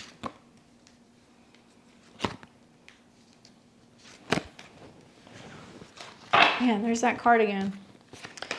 We got 9 of Cups. I mean, that's really all you need to know. That's a yes, but we'll keep going. 4 of Wands. Queen of Swords. Here's the deal. I don't know your situation. I don't know why you're moving. I don't know what's going on. But I feel like between the Taurus energy in your chart, between the Capricorn energy in your chart, there can be this like trepidation about starting over and doing something new or kind of being on your own, like all that stuff. And that's understandable. But I think this is going to be the best thing that ever happened to you, personally. Because the 9 of Cups is saying it's going to be fulfilling. It may not seem like it's good now. It may not necessarily be what you wanted, but you're trying to kind of see the silver lining in this and ways to be able to kind of get grounded and situated in a place and make it your own and do it your own way. Like I'm seeing some Capricorn and Capricorn risings that have never had their own home. They've never left their hometown. They've never owned a house. They've never had an apartment on their own. And now they get the opportunity to do that. And even though it's scary, they don't know how it's going to go down. It's going to end up being something that's going to teach you like how amazing it is to have your own like little Zen den, right? And all of the work and the effort that goes into moving and setting it up or going to a new place, but that it actually ends up being wonderful because it's yours. And the celebrations that come from that, 4 of Wands, okay? So even though there may not be the easiest circumstances with moving, the 4 of Wands is saying that you're going to have support from other people. It's going to be something that you're going to almost like have like a housewarming or a celebration or building new friends, building new community. People will come and visit you. You'll also be in a situation where I think you'll be able to host people and people are going to be celebrating like this big change and this big like uprooting that you're kind of doing in your life and moving into this new phase of your life, which I think is going to be good. The Queen of Swords I love because you lack air element in your chart because you've got all that earth. And this is about being more direct, more matter of fact. This is also about being detached. This is also about really inviting this opportunity to like start fresh and start over. And the wisdom that comes from this experience of being like, okay, I'm having to learn things that I've never done before, or I'm having to learn to, get to know a new area or really look through a contract or a lease or, be really decisive before, I pick where I'm going to be living. And it's also about getting out there and socializing. Both of these cards are about socializing, which is weird because a lot of the transits are going to be for a Capricorn rising. It seems isolating, but then it gets really fun, especially once you start to see, planets that are going through your 5th house, April, May, and then into June. It also means that this is going to be something that eventually you'll look back on and you'll be like, oh, that's when I went and, kind of started a new family, or there was new traditions, or there was now people are coming to my house during the holidays, or now, I'm like issuing some of these new kind of celebrations or like ways of celebrating holidays or hosting people. And you're going to enjoy it. Like you're going to have so much more independence in the process. It can seem scary with some of the stuff that you're about to do, but I would say do it because it's going to end up being very rewarding in the long run. And I feel like emotionally, it's more challenging than it's going to be physically is what it looks like. And a lot of it's just getting your mind on board with actually making the jump and making this change. But there is going to be significant improvements. And I think there's going to be a lot more confidence, especially within yourself after going through this process. So I hope it's a good move for you. Yes, it gets a little hairy up until about mid-April, but then it starts to subside. We've got Eleanor, and then after Eleanor, I'm coming back to Amanda. All right, so Eleanor says, hey Candace, Ellie here. I feel like this retrograde screwed everything up. I was trying to make progress with a guy. I felt like I was getting somewhere slowly, but then I got insanely busy with work and got really sick for 2 weeks. And then my grandfather passed away and I had to travel back for the funeral. Now I'm back home, out of work for the moment. I still feel like I'm in this underwater depression purgatory of not knowing what's next and not quite feeling myself.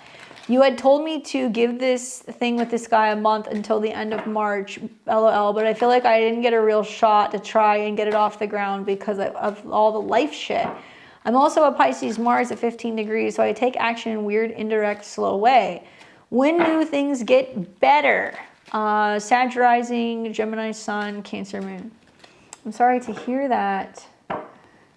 Oh man, I think it's a lot of stuff. Number one is Mercury rules your relationships.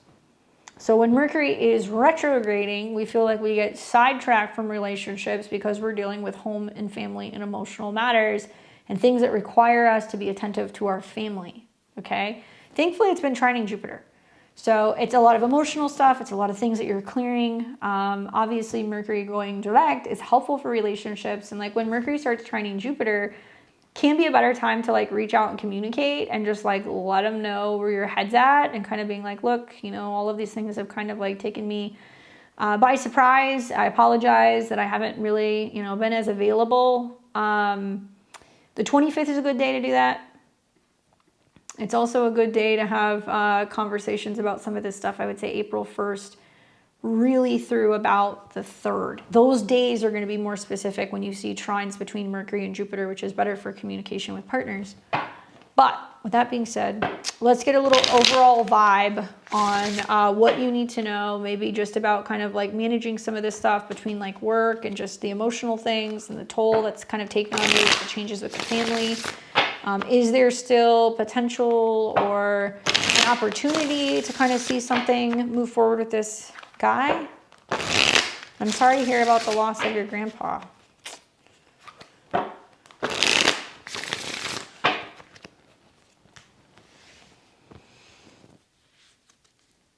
One, two, and three.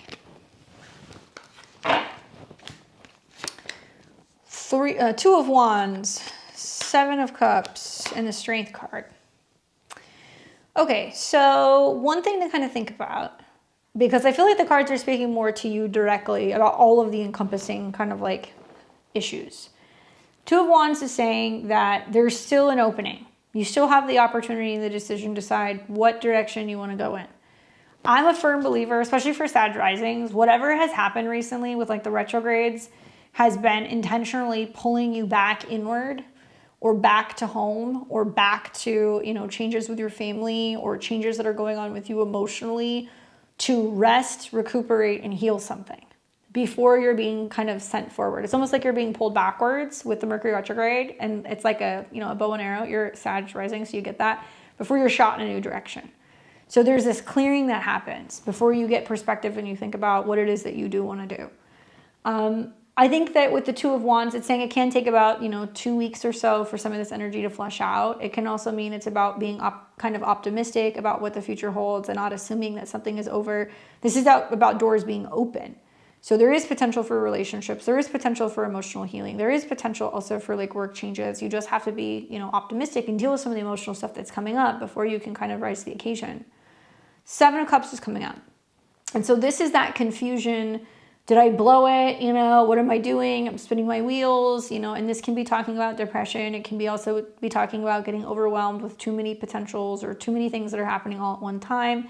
And when this card comes up, it's almost like there's so many things that our mind is on that we're almost just throwing things against the wall to see what sticks. And we can be putting ourselves in a situation where if we're not ready to make decisions, if we're feeling overwhelmed by too many options or too many things at one time, we're running the risk of spreading ourselves too thin, right? And so naturally, I think with like Uranus going in and out of Gemini, and like it's going into Gemini to stay now, you're going to see a lot of relationship changes that are going to happen pretty much from April forward. And a lot of those are connected to Mercury because Mercury is going to be, you know, connected to Uranus and Gemini. It rules your 3rd house. So you'd be surprised that there can be more flexibility, understanding, doing things in an unconventional way in relationships through changing the way that you communicate, i.e. sending that person a text, sorry, I've been MIA, you know, grandpa passed, work's been crazy, things have been kind of up in the air, I had to go home, I've been in a funk, just wanted to connect with you. That way you know you did your damnedest to connect and that there is not this sense of wondering coulda, woulda, shoulda. Because if if you do nothing, I can see with this 7 of Cups, you'll be like, I'm just, I've ruined my opportunity. I'm not even going to bother calling that guy. Like, I blew it. And then you're going to get freaked out about work, and you're going to be like, all this stuff's going to shit with work. So like, why do I even try? And then it's going to be this perpetual kind of like doom spiral. And I would say, no, don't do that. Focus more on the things that you need right now for stability. Are relationships helpful? Yeah, of course they are. But I think it comes in the frame of, number one is your mental, emotional health needs to be primary focus right now. You're probably still grieving. It was probably overwhelming going back home and dealing with family in the midst of also having a bunch of job changes. And like, of course, because all these planets are squaring your 7th house, it would be nice to have a relationship, but you have to deal with the 4th house before you can get to the 7th house. So you have to deal with your emotional needs, healing, dealing with the family stuff. So that way, as you're getting into like May and June, you get into Gemini time, it can be more relationship oriented. So send a message, put it out there, focus more on the emotional stuff. And then also there's going to be more opportunities to focus on dating, in April and May, and also work in May and June. Those are going to be kind of like the major turning points for the year. Then you have the Strength card.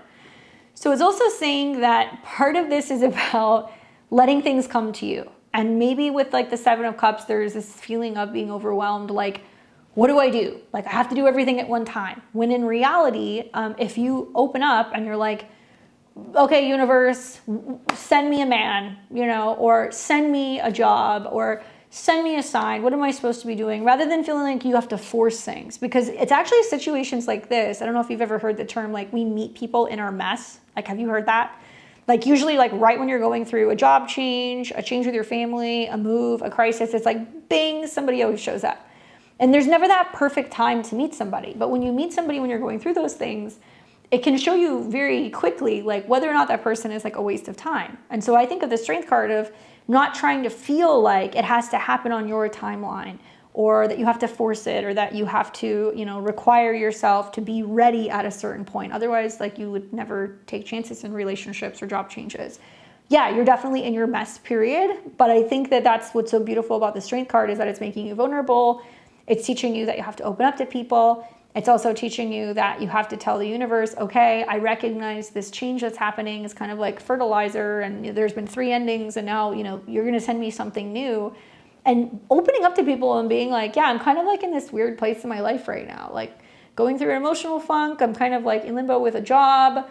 I'm going through some emotional stuff with my family, and just everything feels kind of like upended. And being in that space and letting them know where you're at, it gives them the perfect opportunity to show you whether or not they are boyfriend material, right? And if they're not, that's fine. You're still staying open, but it's about giving them the opportunity to do those things. She goes, he passed away the morning Saturn, Neptune conjunct in Aries, and he was military. He was 94, so expected, was still sad. I'm sorry for your loss. Yeah, I mean, I think that the change comes in 3s. And so maybe some of these things that are kind of happening with the changes with your family and your job and all that stuff, it's kind of waking you up. And like the 2 of Wands, from my perspective, if this were like my reading, I would be like, holy shit, like life comes at you fast. Like things are not guaranteed for anybody. And like it makes you kind of look at where things change or where things suddenly end, where you're like, oh my gosh, I have to get the show on the road and like start doing life. Like I can't just stay in this funk. And maybe the 7 of Cups coming up is about making you realize that your priorities, the things you've been worried about or focusing on, have not necessarily been straight. And so, yeah, there have been some things that have kind of gotten you off track, but at the same time, it's opening you up and it's making you realize what it is you really do want to focus on. And so the turning point, especially for Sagittarius, I would say like the turning point you're going to feel like, I would say definitely as we're getting into April, things get better, but they're going to be even better as we're getting into the summer. And this is kind of like that June, July period with the Strength card coming up. And a lot of it might mean you have opportunities to travel or do some training or, be working with a mentor or a teacher, or, you're having a different perspective about life. And I think you're feeling a little bit more optimistic, especially when it comes to the idea of like romantic relationships with your chart ruler going into Leo. So it's going to be a lot friendlier for you.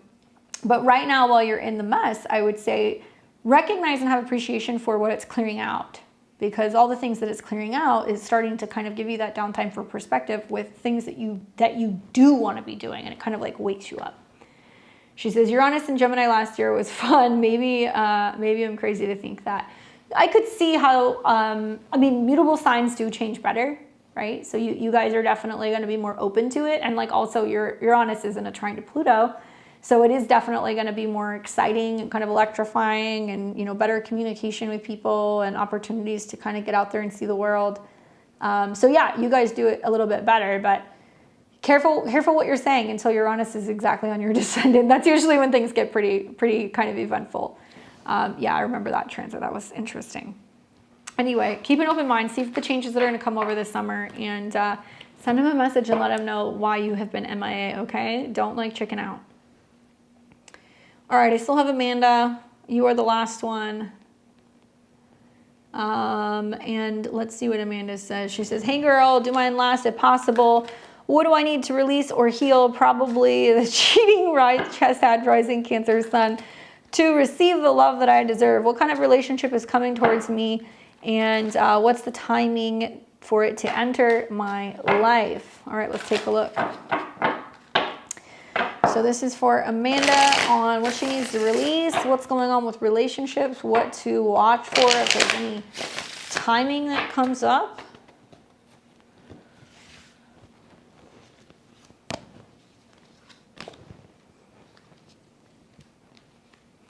Oh, I want that one. Okay.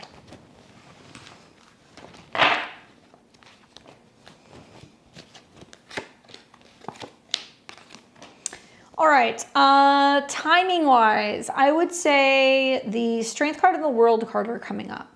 So it's talking about the cycles basically of the fixed signs with the World card. So usually that's February, May, August, and November, okay? So obviously we're past February, we're heading towards May. This is talking explicitly about some of the stuff that's gonna be happening, I would say between May and like July, August, as we get into Leo season. That's because traditionally on the World card, you see all of the fixed signs that are kind of going around the world.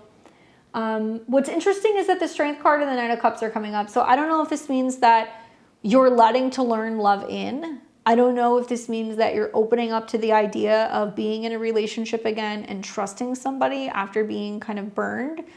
Obviously, like the Strength card is crazy. You have to have an insane amount of trust to embrace a wild animal and a beast, right? To like let that and welcome that energy in. And if you notice, she's taming the beast. She's not necessarily putting him on a leash. She doesn't have him in a headlock. He's not in a cage. So this really talks a lot about you learning to trust others and also learning to trust yourself. It can be indicating that there can be a relationship that's coming in that could be with like a Leo energy or a water sign. Okay, I know that's contradicting, but you have the King of Cups coming up. It can mean that this is somebody who is trying to win you over. And it takes a little bit of time for you to warm up to them.